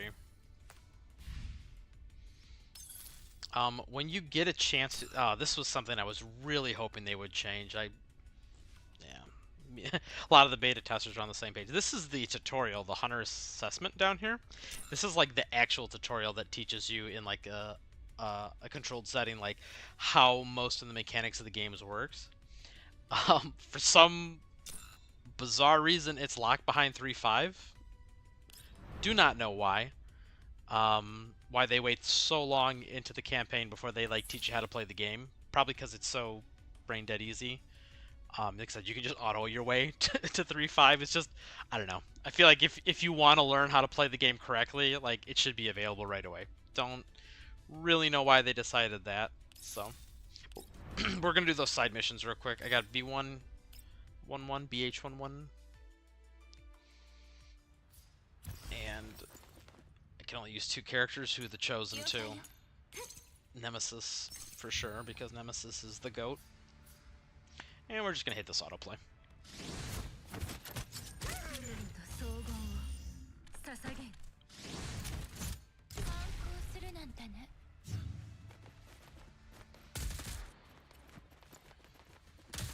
行く真理総合を捧げ栄光なる国土との We did it! And I guess as long as I'm here, I'll do the second half of this mission too. Because it will take, once again, about 3 seconds.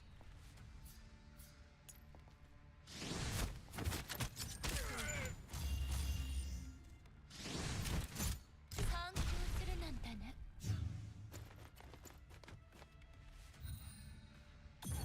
真理総合を捧げ栄光なる国土との別れ降臨せよ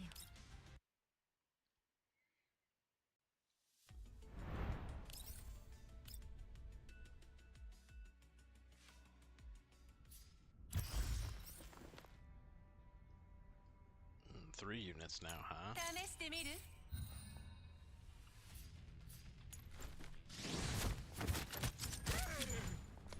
反抗するなんてね I said very questionable moves from the AI. But it's okay, because, like I said, nothing really hurts.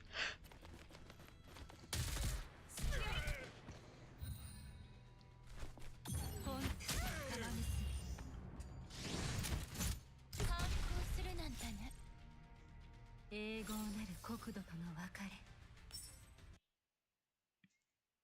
We'll just finish the last one here, too. ここかな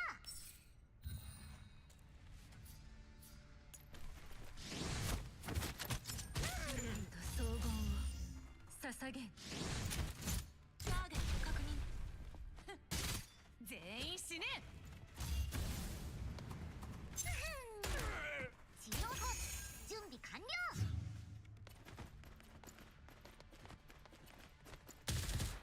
バンバン付き合い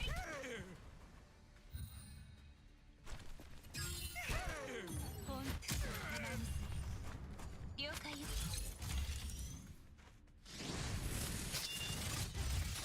全員死ね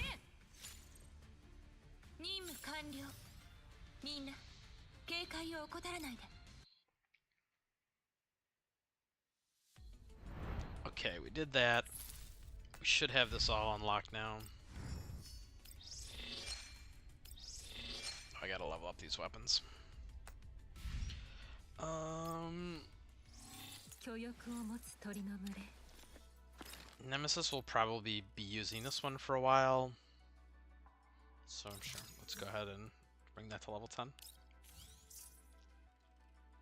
I think Gross has got a 4-star as well. Yeah, we'll go ahead and いいわ任せて enhance this one to level 10.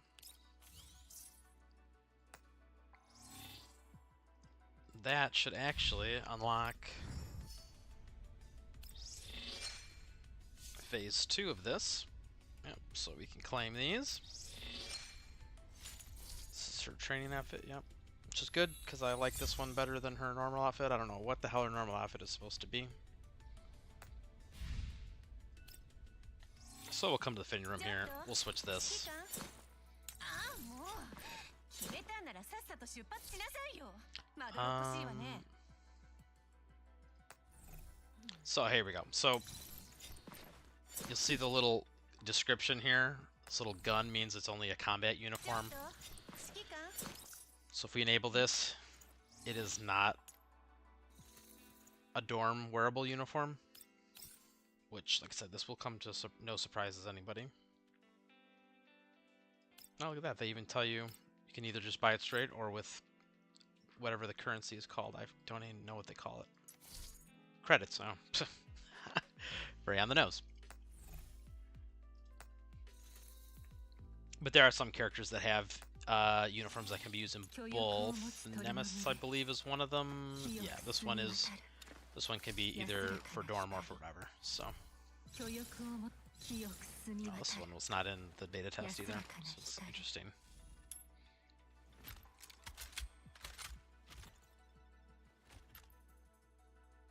Don't know what's really going on with that headpiece, but. Alrighty, we got their weapons upgraded. No, she needs a weapon. Bring this to level 10. We don't have any attachments yet, and calibration is if you have like duplicates of the weapon, you can essentially make their passives better. So for example, you see in the bottom left here, you know, if she moves more than 6 tiles, it goes to 12%. Both of these change sometimes. Sometimes, like for example, right now it's just only going to 12%, but some of them, it'll be like the next tier up from this will be if it moved more than 5 tiles, it'll go 14% extra damage. So, but we'll have to go over that when we get to the gambling, which I don't have enough to really do right now. Alright, so phase 2 here, once again, this is like a big complete. Can you see all of them in order? No, you cannot. Okay, well, I'm pretty sure you have to beat all of chapter 3, and I think maybe chapter 4. I don't remember. And then yeah, do all the other ones. So we'll be getting to her in a few minutes. Do I have to? No, do that later. Yep, okay, that's the banner. Some of these buttons were not here, which is why I'm clicking around. Yep, this is just the notifications. Oh yeah, these are dailies. So these are one of the primary ways you level as well. They give you a bunch of experience. Sorry. This experience is the daily experience, and then when you claim the dailies, you'll get a ton of Commander EXP. So that was 2 levels worth, so 300. So this is the primary way, besides spending your stamina / intelligence puzzles, whatever they're called. This is the primary way of leveling up your account. So and they also give you a nice little sprinkling of gold. These are just achievements and whatnot. You get a little bit of the free-to-play currency from doing that. Nothing too crazy there.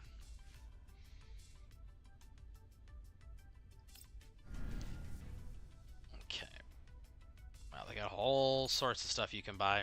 Wow, yeah, none of this was there during the beta test. What is this abomination? What am I looking at? You can't preview it here? Alright, well.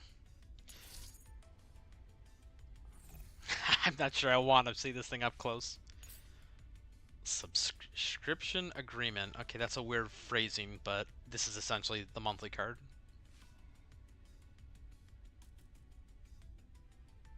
Oh, this is interesting. There's like 2 different monthly cards.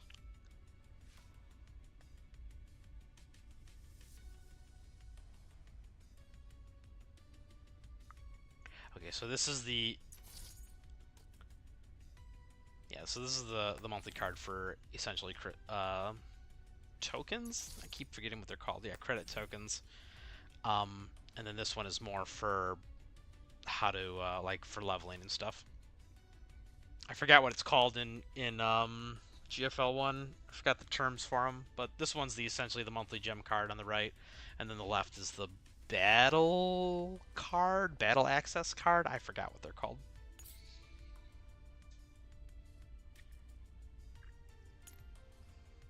Then, yeah, we're gonna get to all this stuff when I do some gambling.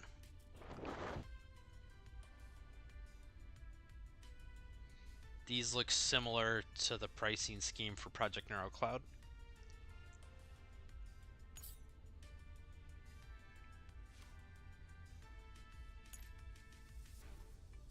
Okay, yeah, a lot of this is for, like I said, if you played NeuroCloud, this is gonna look very familiar. This is a lot of the same stuff. This is why I was so surprised about that Covenant Ring too, because they're normally $5 a piece, or I guess you can't buy them with gems, or sorry, credit tokens, or collapse pieces. Interesting. Like I said, I'll go over all this later, and I'll probably have like a much more streamlined explanation of that stuff.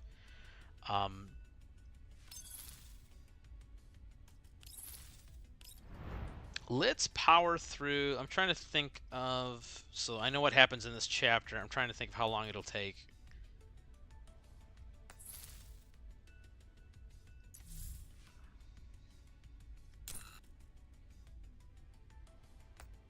We might actually bump into the wall here in a minute, because we're going to hit the first stamina roadblock. Yeah, well, let's just keep going until then.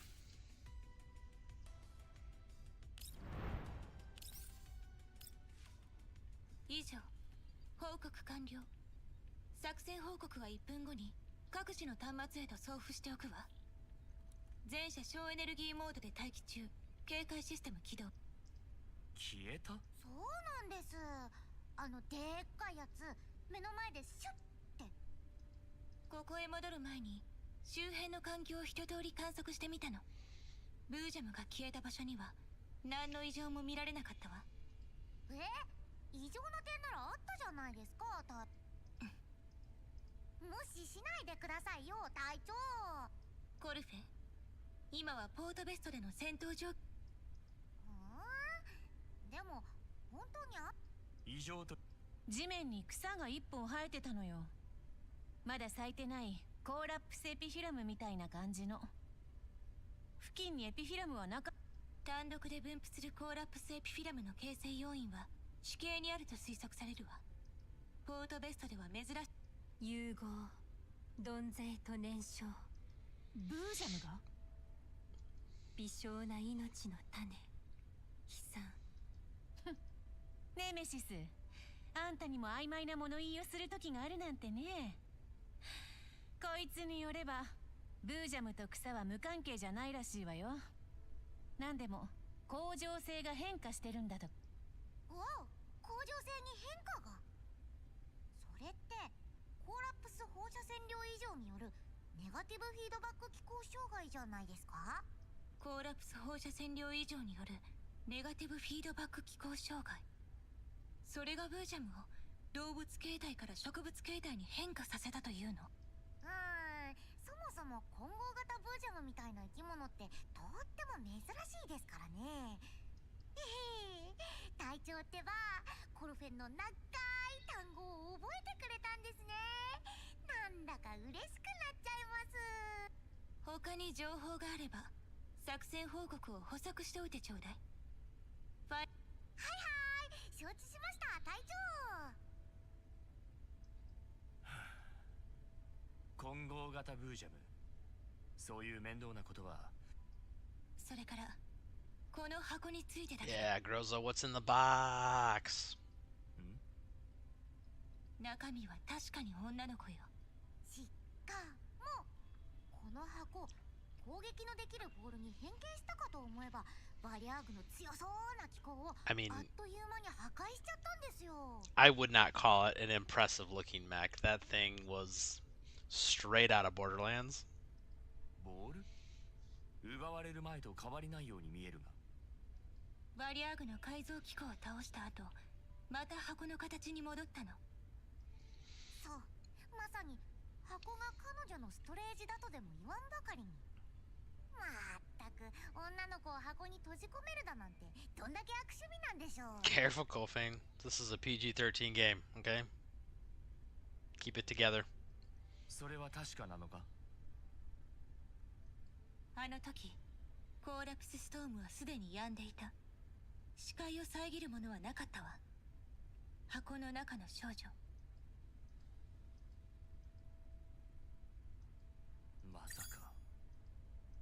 メイリンだわ。あいつ箱の表面のコーラプス放射性物質を。メイリンからの報告よ。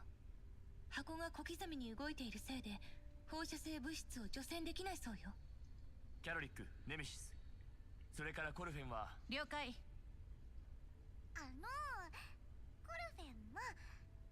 コルフェン、前にも言ったけどそんな風に話さなくていいんだよ。もしや。コルフェン何かしましたか？コルフェンはただ。グローザ。些細なことよ。問題ないわ。分かった。コルフェン。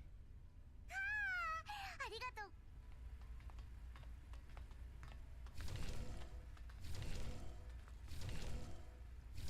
メイリン。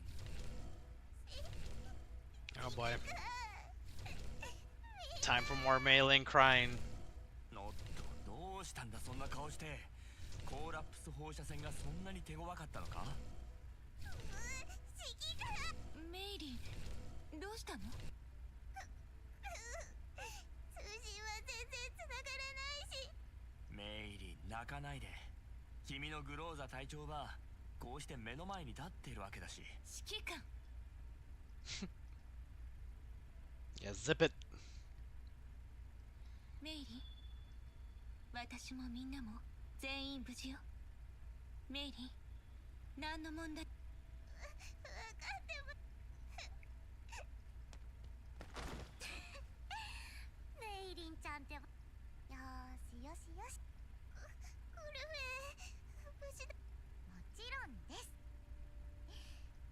泣かないでくださいね。でないと指揮官が困っちゃいますよ。Please just stop crying. My ears can only handle so much. メイリン、ほらいつまでも泣いてると箱が驚いて変形してしまうぞ。違います。何度も試したんです。でもどうしてもおとなしくしてくれな。随分といたずらっ子な。私の予想。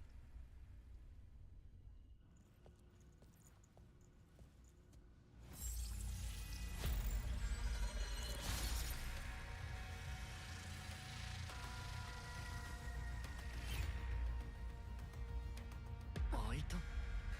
私の証文で。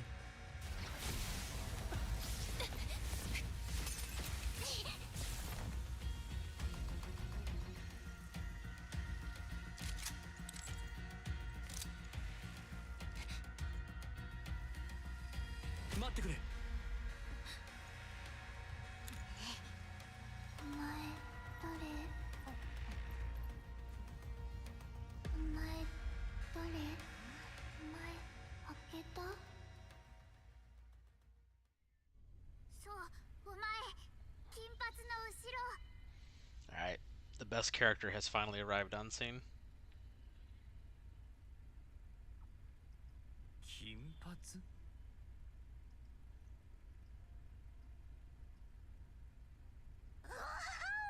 我がグローザ隊長に向かってそんな呼び方するだなんて失礼な。この白髪。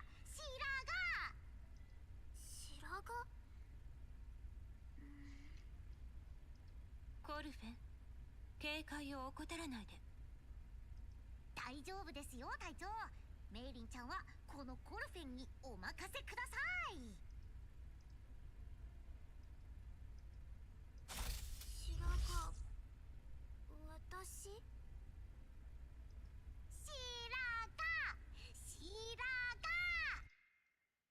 ？One second here. Changing some audio settings real quick. おお、白髪。静かに。はい隊長。 Crows is like, shut up. 金髪怖い。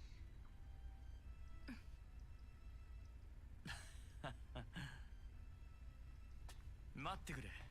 君は私が誰か聞いてるのか？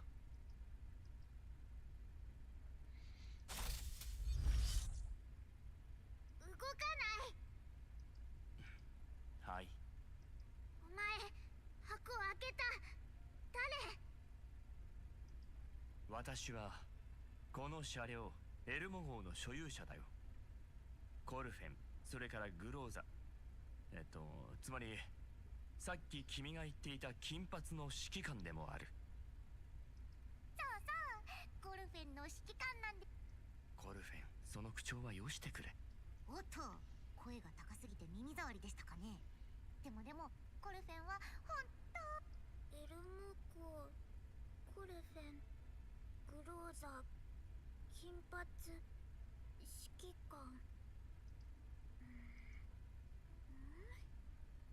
先生、違う？指揮官？先生という呼び方は好きじゃない。指 Yeah. 揮官。やっぱりこっちの方がしっくりくるかな。Yeah, we don't do that here.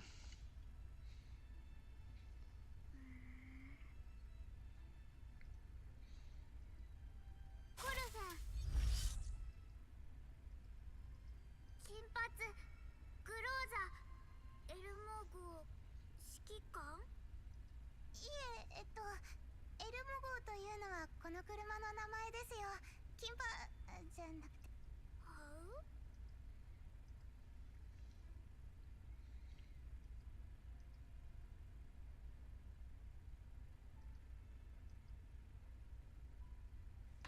このボール、コルフェン、来ない。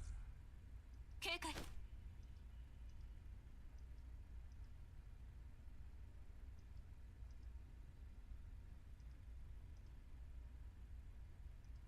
先生、違う。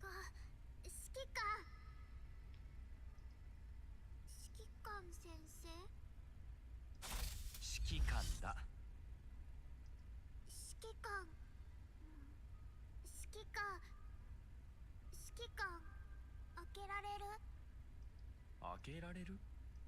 かつては箱の形をしていて、今私に照準を向けているこのボールのことを指しているんだとしたら、開けたのは確かに私だ。開ける？どうやって？わからない。以前これと似たようなストレージ装置を見たことがある。起動の仕方は酷似しているが、形状は全く異なる。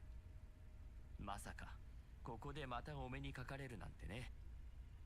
指揮官、偶然じゃないと思います。開発はそこまで難しくありませんけど、指揮官に開けられたということは、もしかするとこれが私じゃなくて。指揮官の証文がこの箱を開ける鍵として。はい、その可能性がわーお、指揮官ってばそんなにすごい方だったんですね。目をつけられたってわけだね、指揮官。例えば君とかに？そうかもしれません。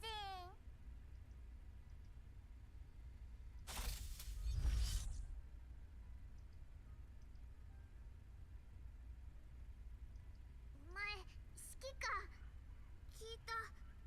開ける？どうやって？私にもわからないんだ。けどもし君の周囲を回っている球体を検査できたら。検査してる。指揮官指揮官、実験室どこ？実験室？この機材を取ってきます。ああ、初級機能性調整試験。検査や実験室について詳しいんだね。指揮官、詳しい。一般人は検査や実験室のことなんて。詳しい。メイリン。メイリンは一般人じゃないかな。指揮官、聞こえてますよ。ごめんメイリン。検査を頼むよ。Oh, can we get some poggers in the chat here? 白髪。 Just in time for the greatest character to have her dialogue changed from closed beta test. 白髪のお嬢さん、どうかメイリンにご協力いただく。あ、メイリン、試験。白髪さん、まずはこの球体を床から1メートルの高さに。the pain of these really long cutscenes.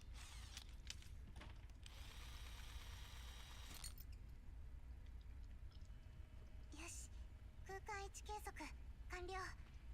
表層物質の分析開始完了。主要構成物質のうちクロムが 19%。 データ接続同期計測に失敗。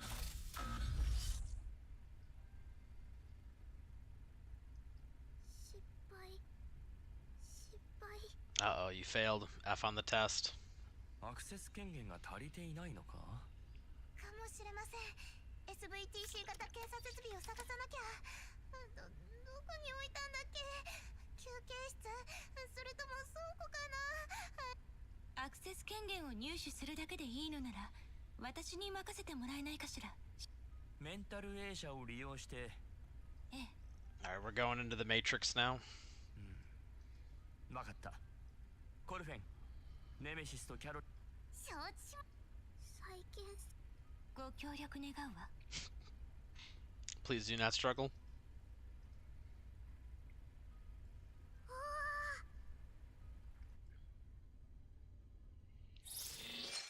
Alrighty, so another mission here. We're just gonna breeze through this one.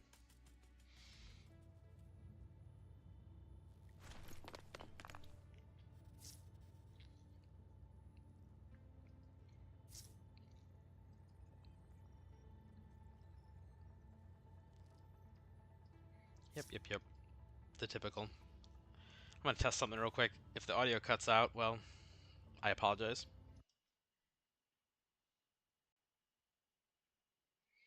Yeah, that's unfortunate that the audio does that.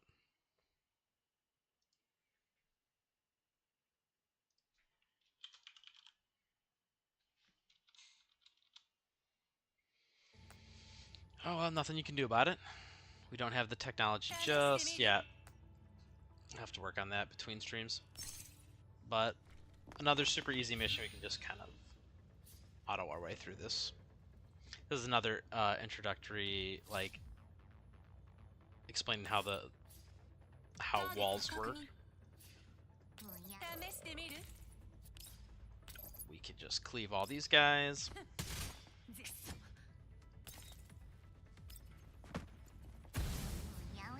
Oh, he lived. Surely the strongest soldier. See, now these guys are all on alert, so if you just don't attack them, they won't do anything. Which will give you a whole nother turn to walk over there and press the button to bring the doors down.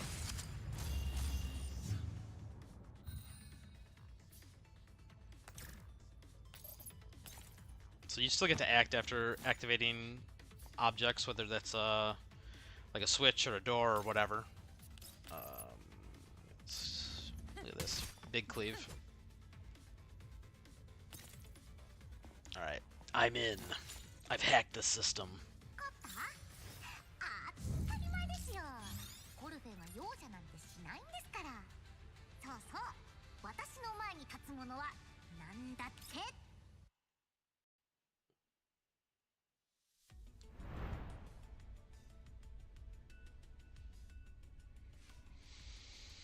Okay, they're gonna talk a little bit about the neural helix, which is kind of like just the closest thing I can explain it to.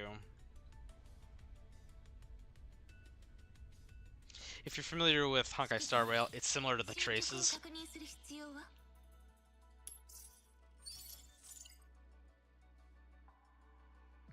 Essentially, these are passive stat boosts.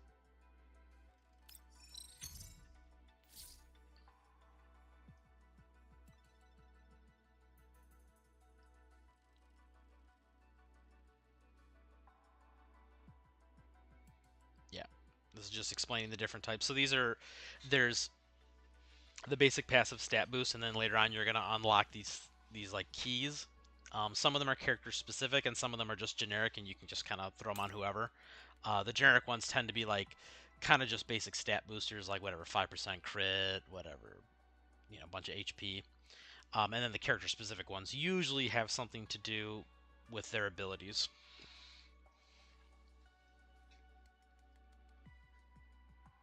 Yeah, so this is what this is explaining here.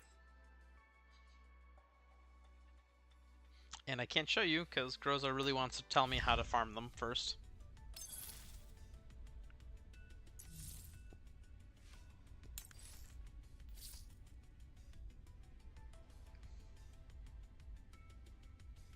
So, this format is a little goofy. Essentially, each tier of these Helix materials are going to be locked to one of these missions. And no matter which... they're all in there, obviously they're all locked behind your commander level. But it doesn't matter which level you do, you're just going to get a certain number. So essentially you're just going to clear these 1, 2, 3, 4, 5, and then you're just going to use this one to farm.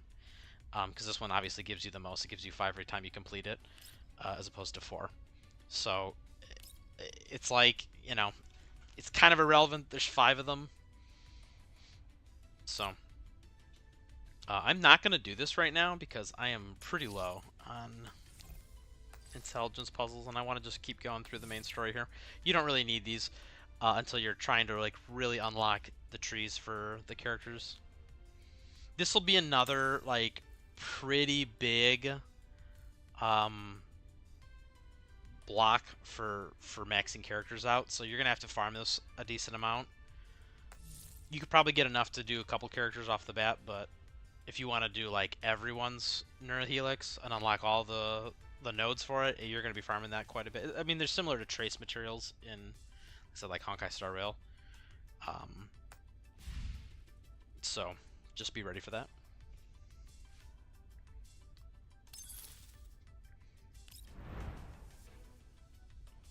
Oh, that was, oh my goodness, that was a mission? That wasn't even a story mission. That was a lot of talking for a non-story mission.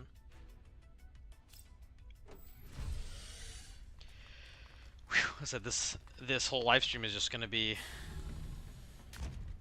me clicking through cutscenes. あ、指揮官、さっきどっから湧いたのよ、その巨大な雲、こうし合う。ん？あんたじゃないわよ。帰還、改変、おのおのの世代の生物。お呼びじゃないって言ってるでしょ。それとも何？あんた白髪頭って名前だったわけ？うん。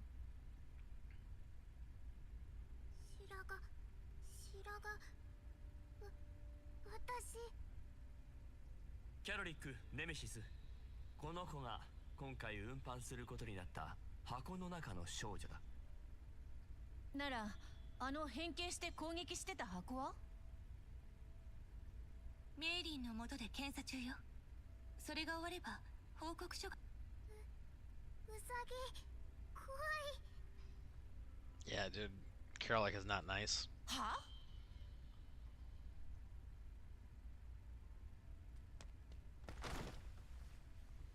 大丈夫ですよ。キャロリックちゃんは見た目はおっかないけど、だったらなんだって言うのよ。キャロリック、いい人。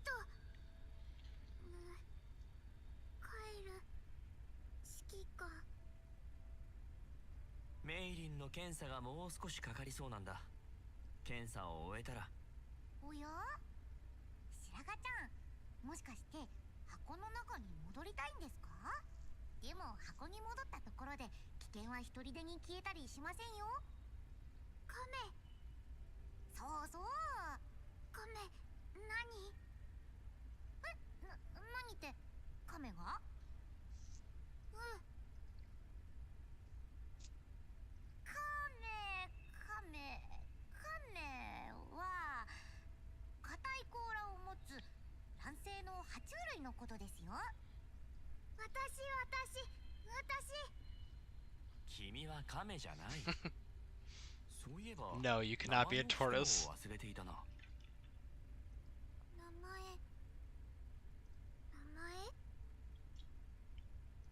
あなたを何と呼べばいいのかしら。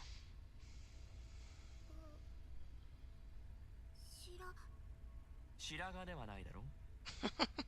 Okay, so that one didn't get changed. They missed one in the dialogue. 名前わからない。指揮官、いいヘレナ O43 です。球体内部のデータフローすべてにこの二次解析を必要とする識別コードが刻まれています。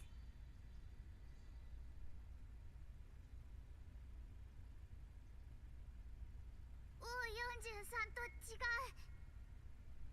名前、私、名前、O43、違う。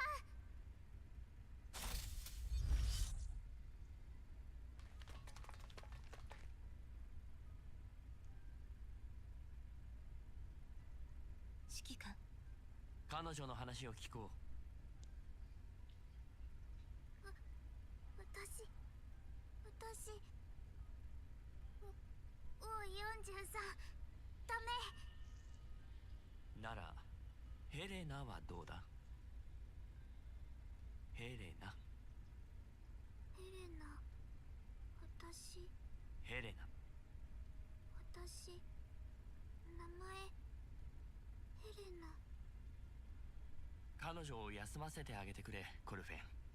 了解です、指揮官。それじゃあ休憩しましょうか。十分にリラックスす。ヘレナちゃん、休憩。 Time to go night night. そうですよ。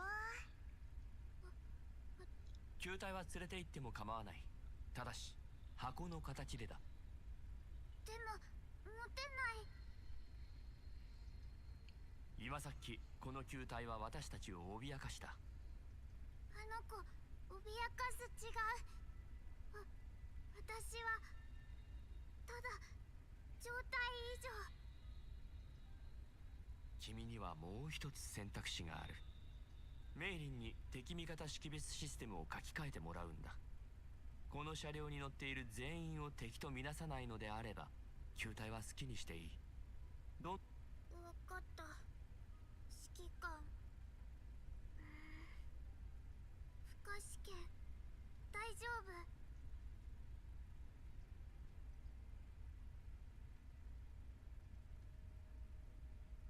メイリンが調整を終えたら球体はすぐに返す。コルフェン。わかりました。ヘレナちゃん、休憩室には美味しい食べ物がたくさんあって、なんとゲームまでできちゃうんですよ。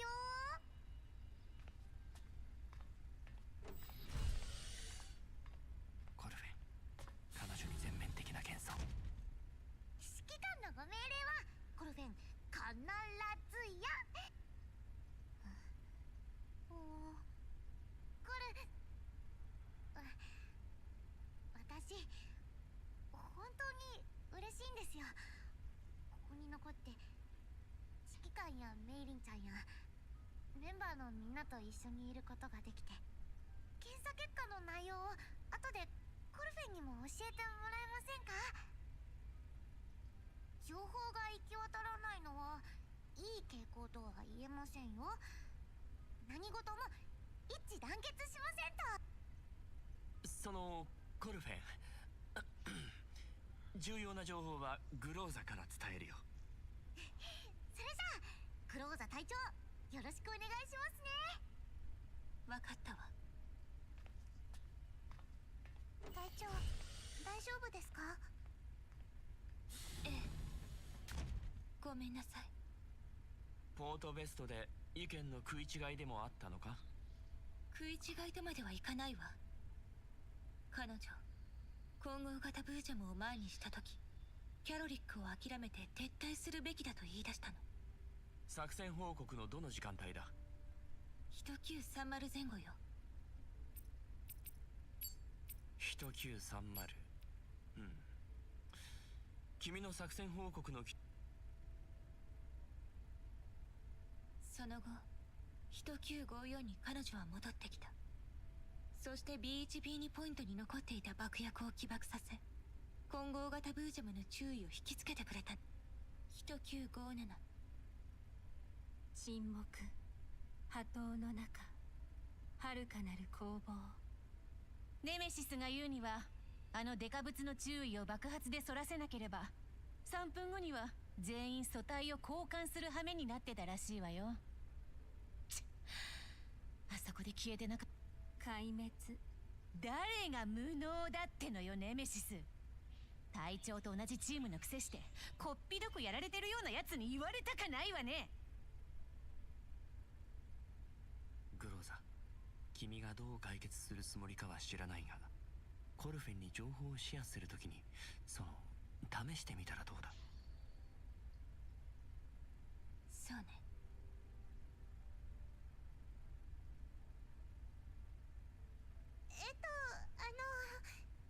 指揮官。メイリン、検査。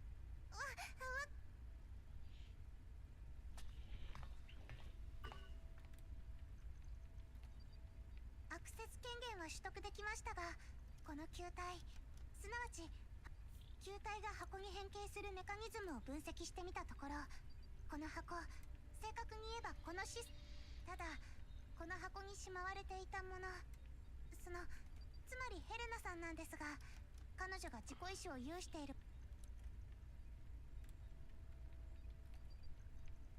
てことはあの白髪頭。はいはいはい、ヘレナね。あいつが危険だと感じたやつをあのボールどもに攻撃させてたわけ？そうです。ヘレナさんの意志の影響がない状態、つまりヘレナさんに意識がない、もしくは意識が混濁している状況下においては、防御システムは箱の中のもの。いくつかの状況をシミュレートしてみました。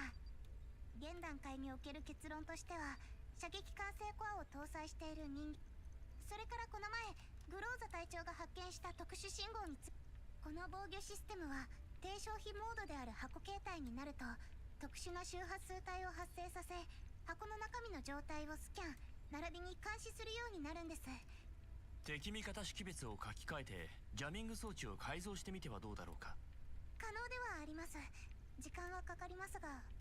他に何か報告とまではいかないんですけど、この防御システムは非常に高度な技術によって作られています。おそらく昨年からグリーンエリアに普及し始めたエリア製対コーラプス放射線警戒装置を大きく上回るかと。多分相手が誰であれ品物を手に入れた上に開封までしてしまったんだ。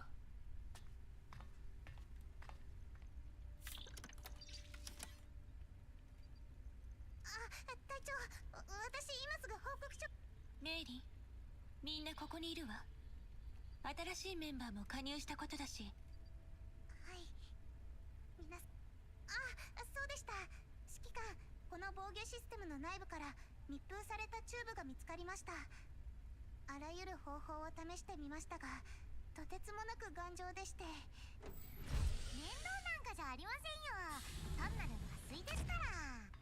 それにしても怯えてる子供をなだめるのって本当に骨が折れます。お疲れ様。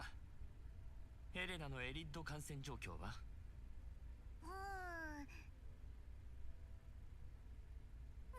ったくもって正常そのものですね。麻酔の影響で長い間昏睡状況にあったようで、徐々に目を覚まし始めたのはごく最近ですね。まさか完全免疫体？その可能性は高いな。完全免疫体って？コーラプス放射線に対し完全な免疫を持つ人間のことだよ。相関する研究はすでに20年前から始まってはいたが、まさか完全な個体の製造に成功していたとは。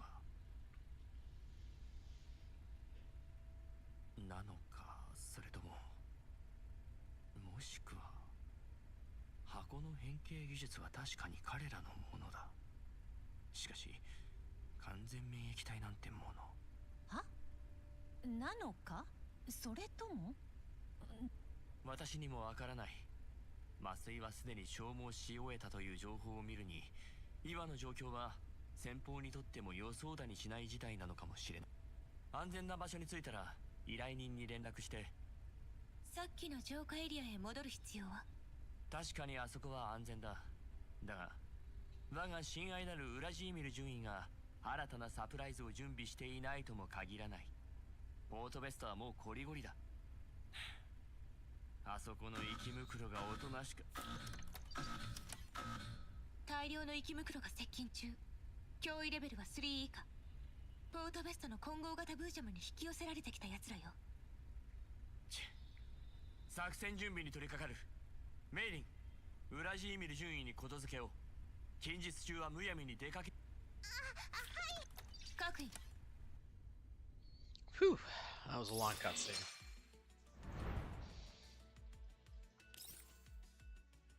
Where are we at? Alright, we got enough intelligence puzzles. God, I hate that name. To keep going. Another speedy mission.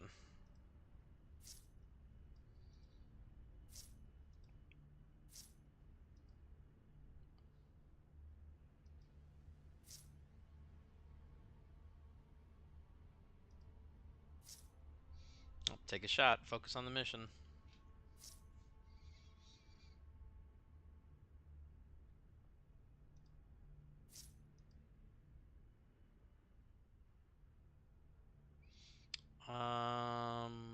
I want...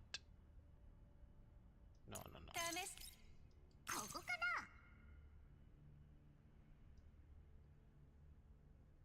Yeah, sure.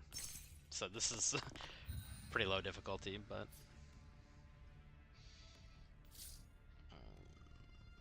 your tip on the high ground. If you've watched Star Wars, you know how this works.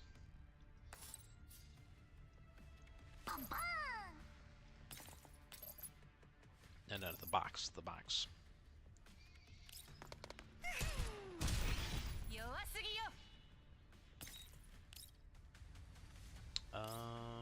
I want... What's the range on this? Within 3 tiles, yeah, okay. So after I do this, I should be able to move.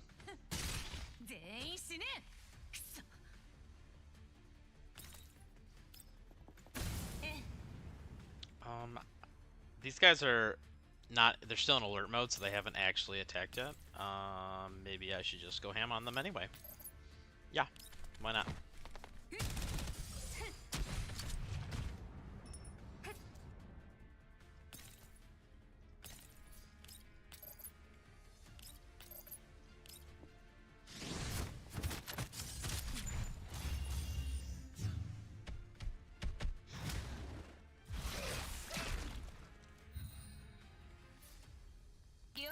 Can she make it up here? Yeah.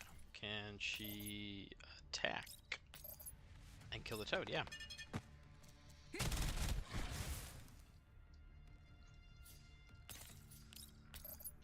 Oh. Oh, you're thick.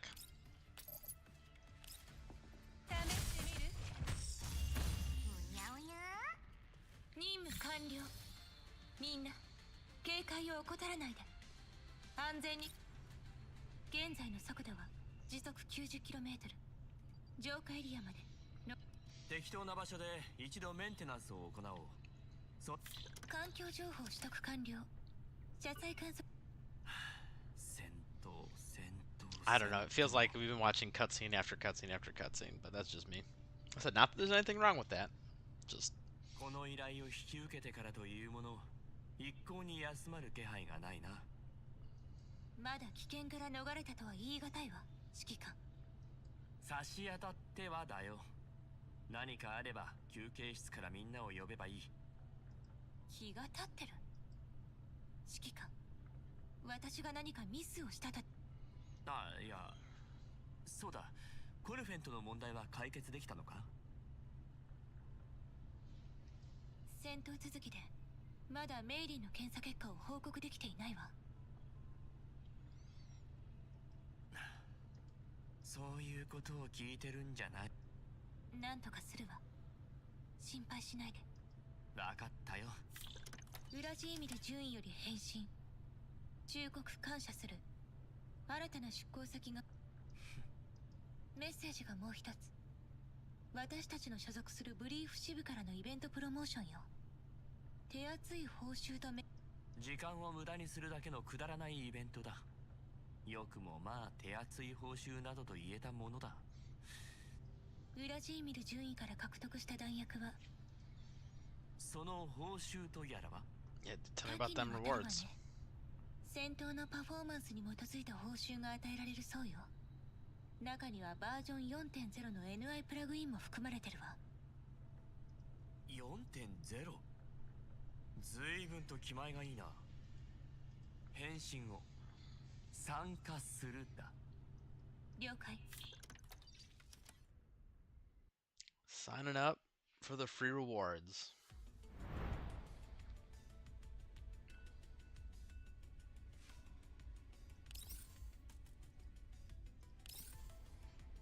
So I think we're going to hit the end of our current stamina. And it looks like we're at about the 3-hour mark on the stream. I think we're going to take a pause here for a little bit.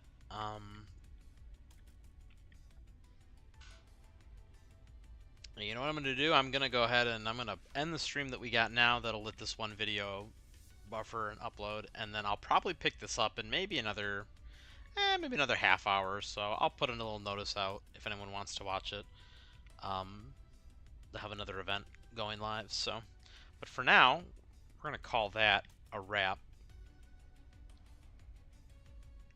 And I will see anybody in the next video.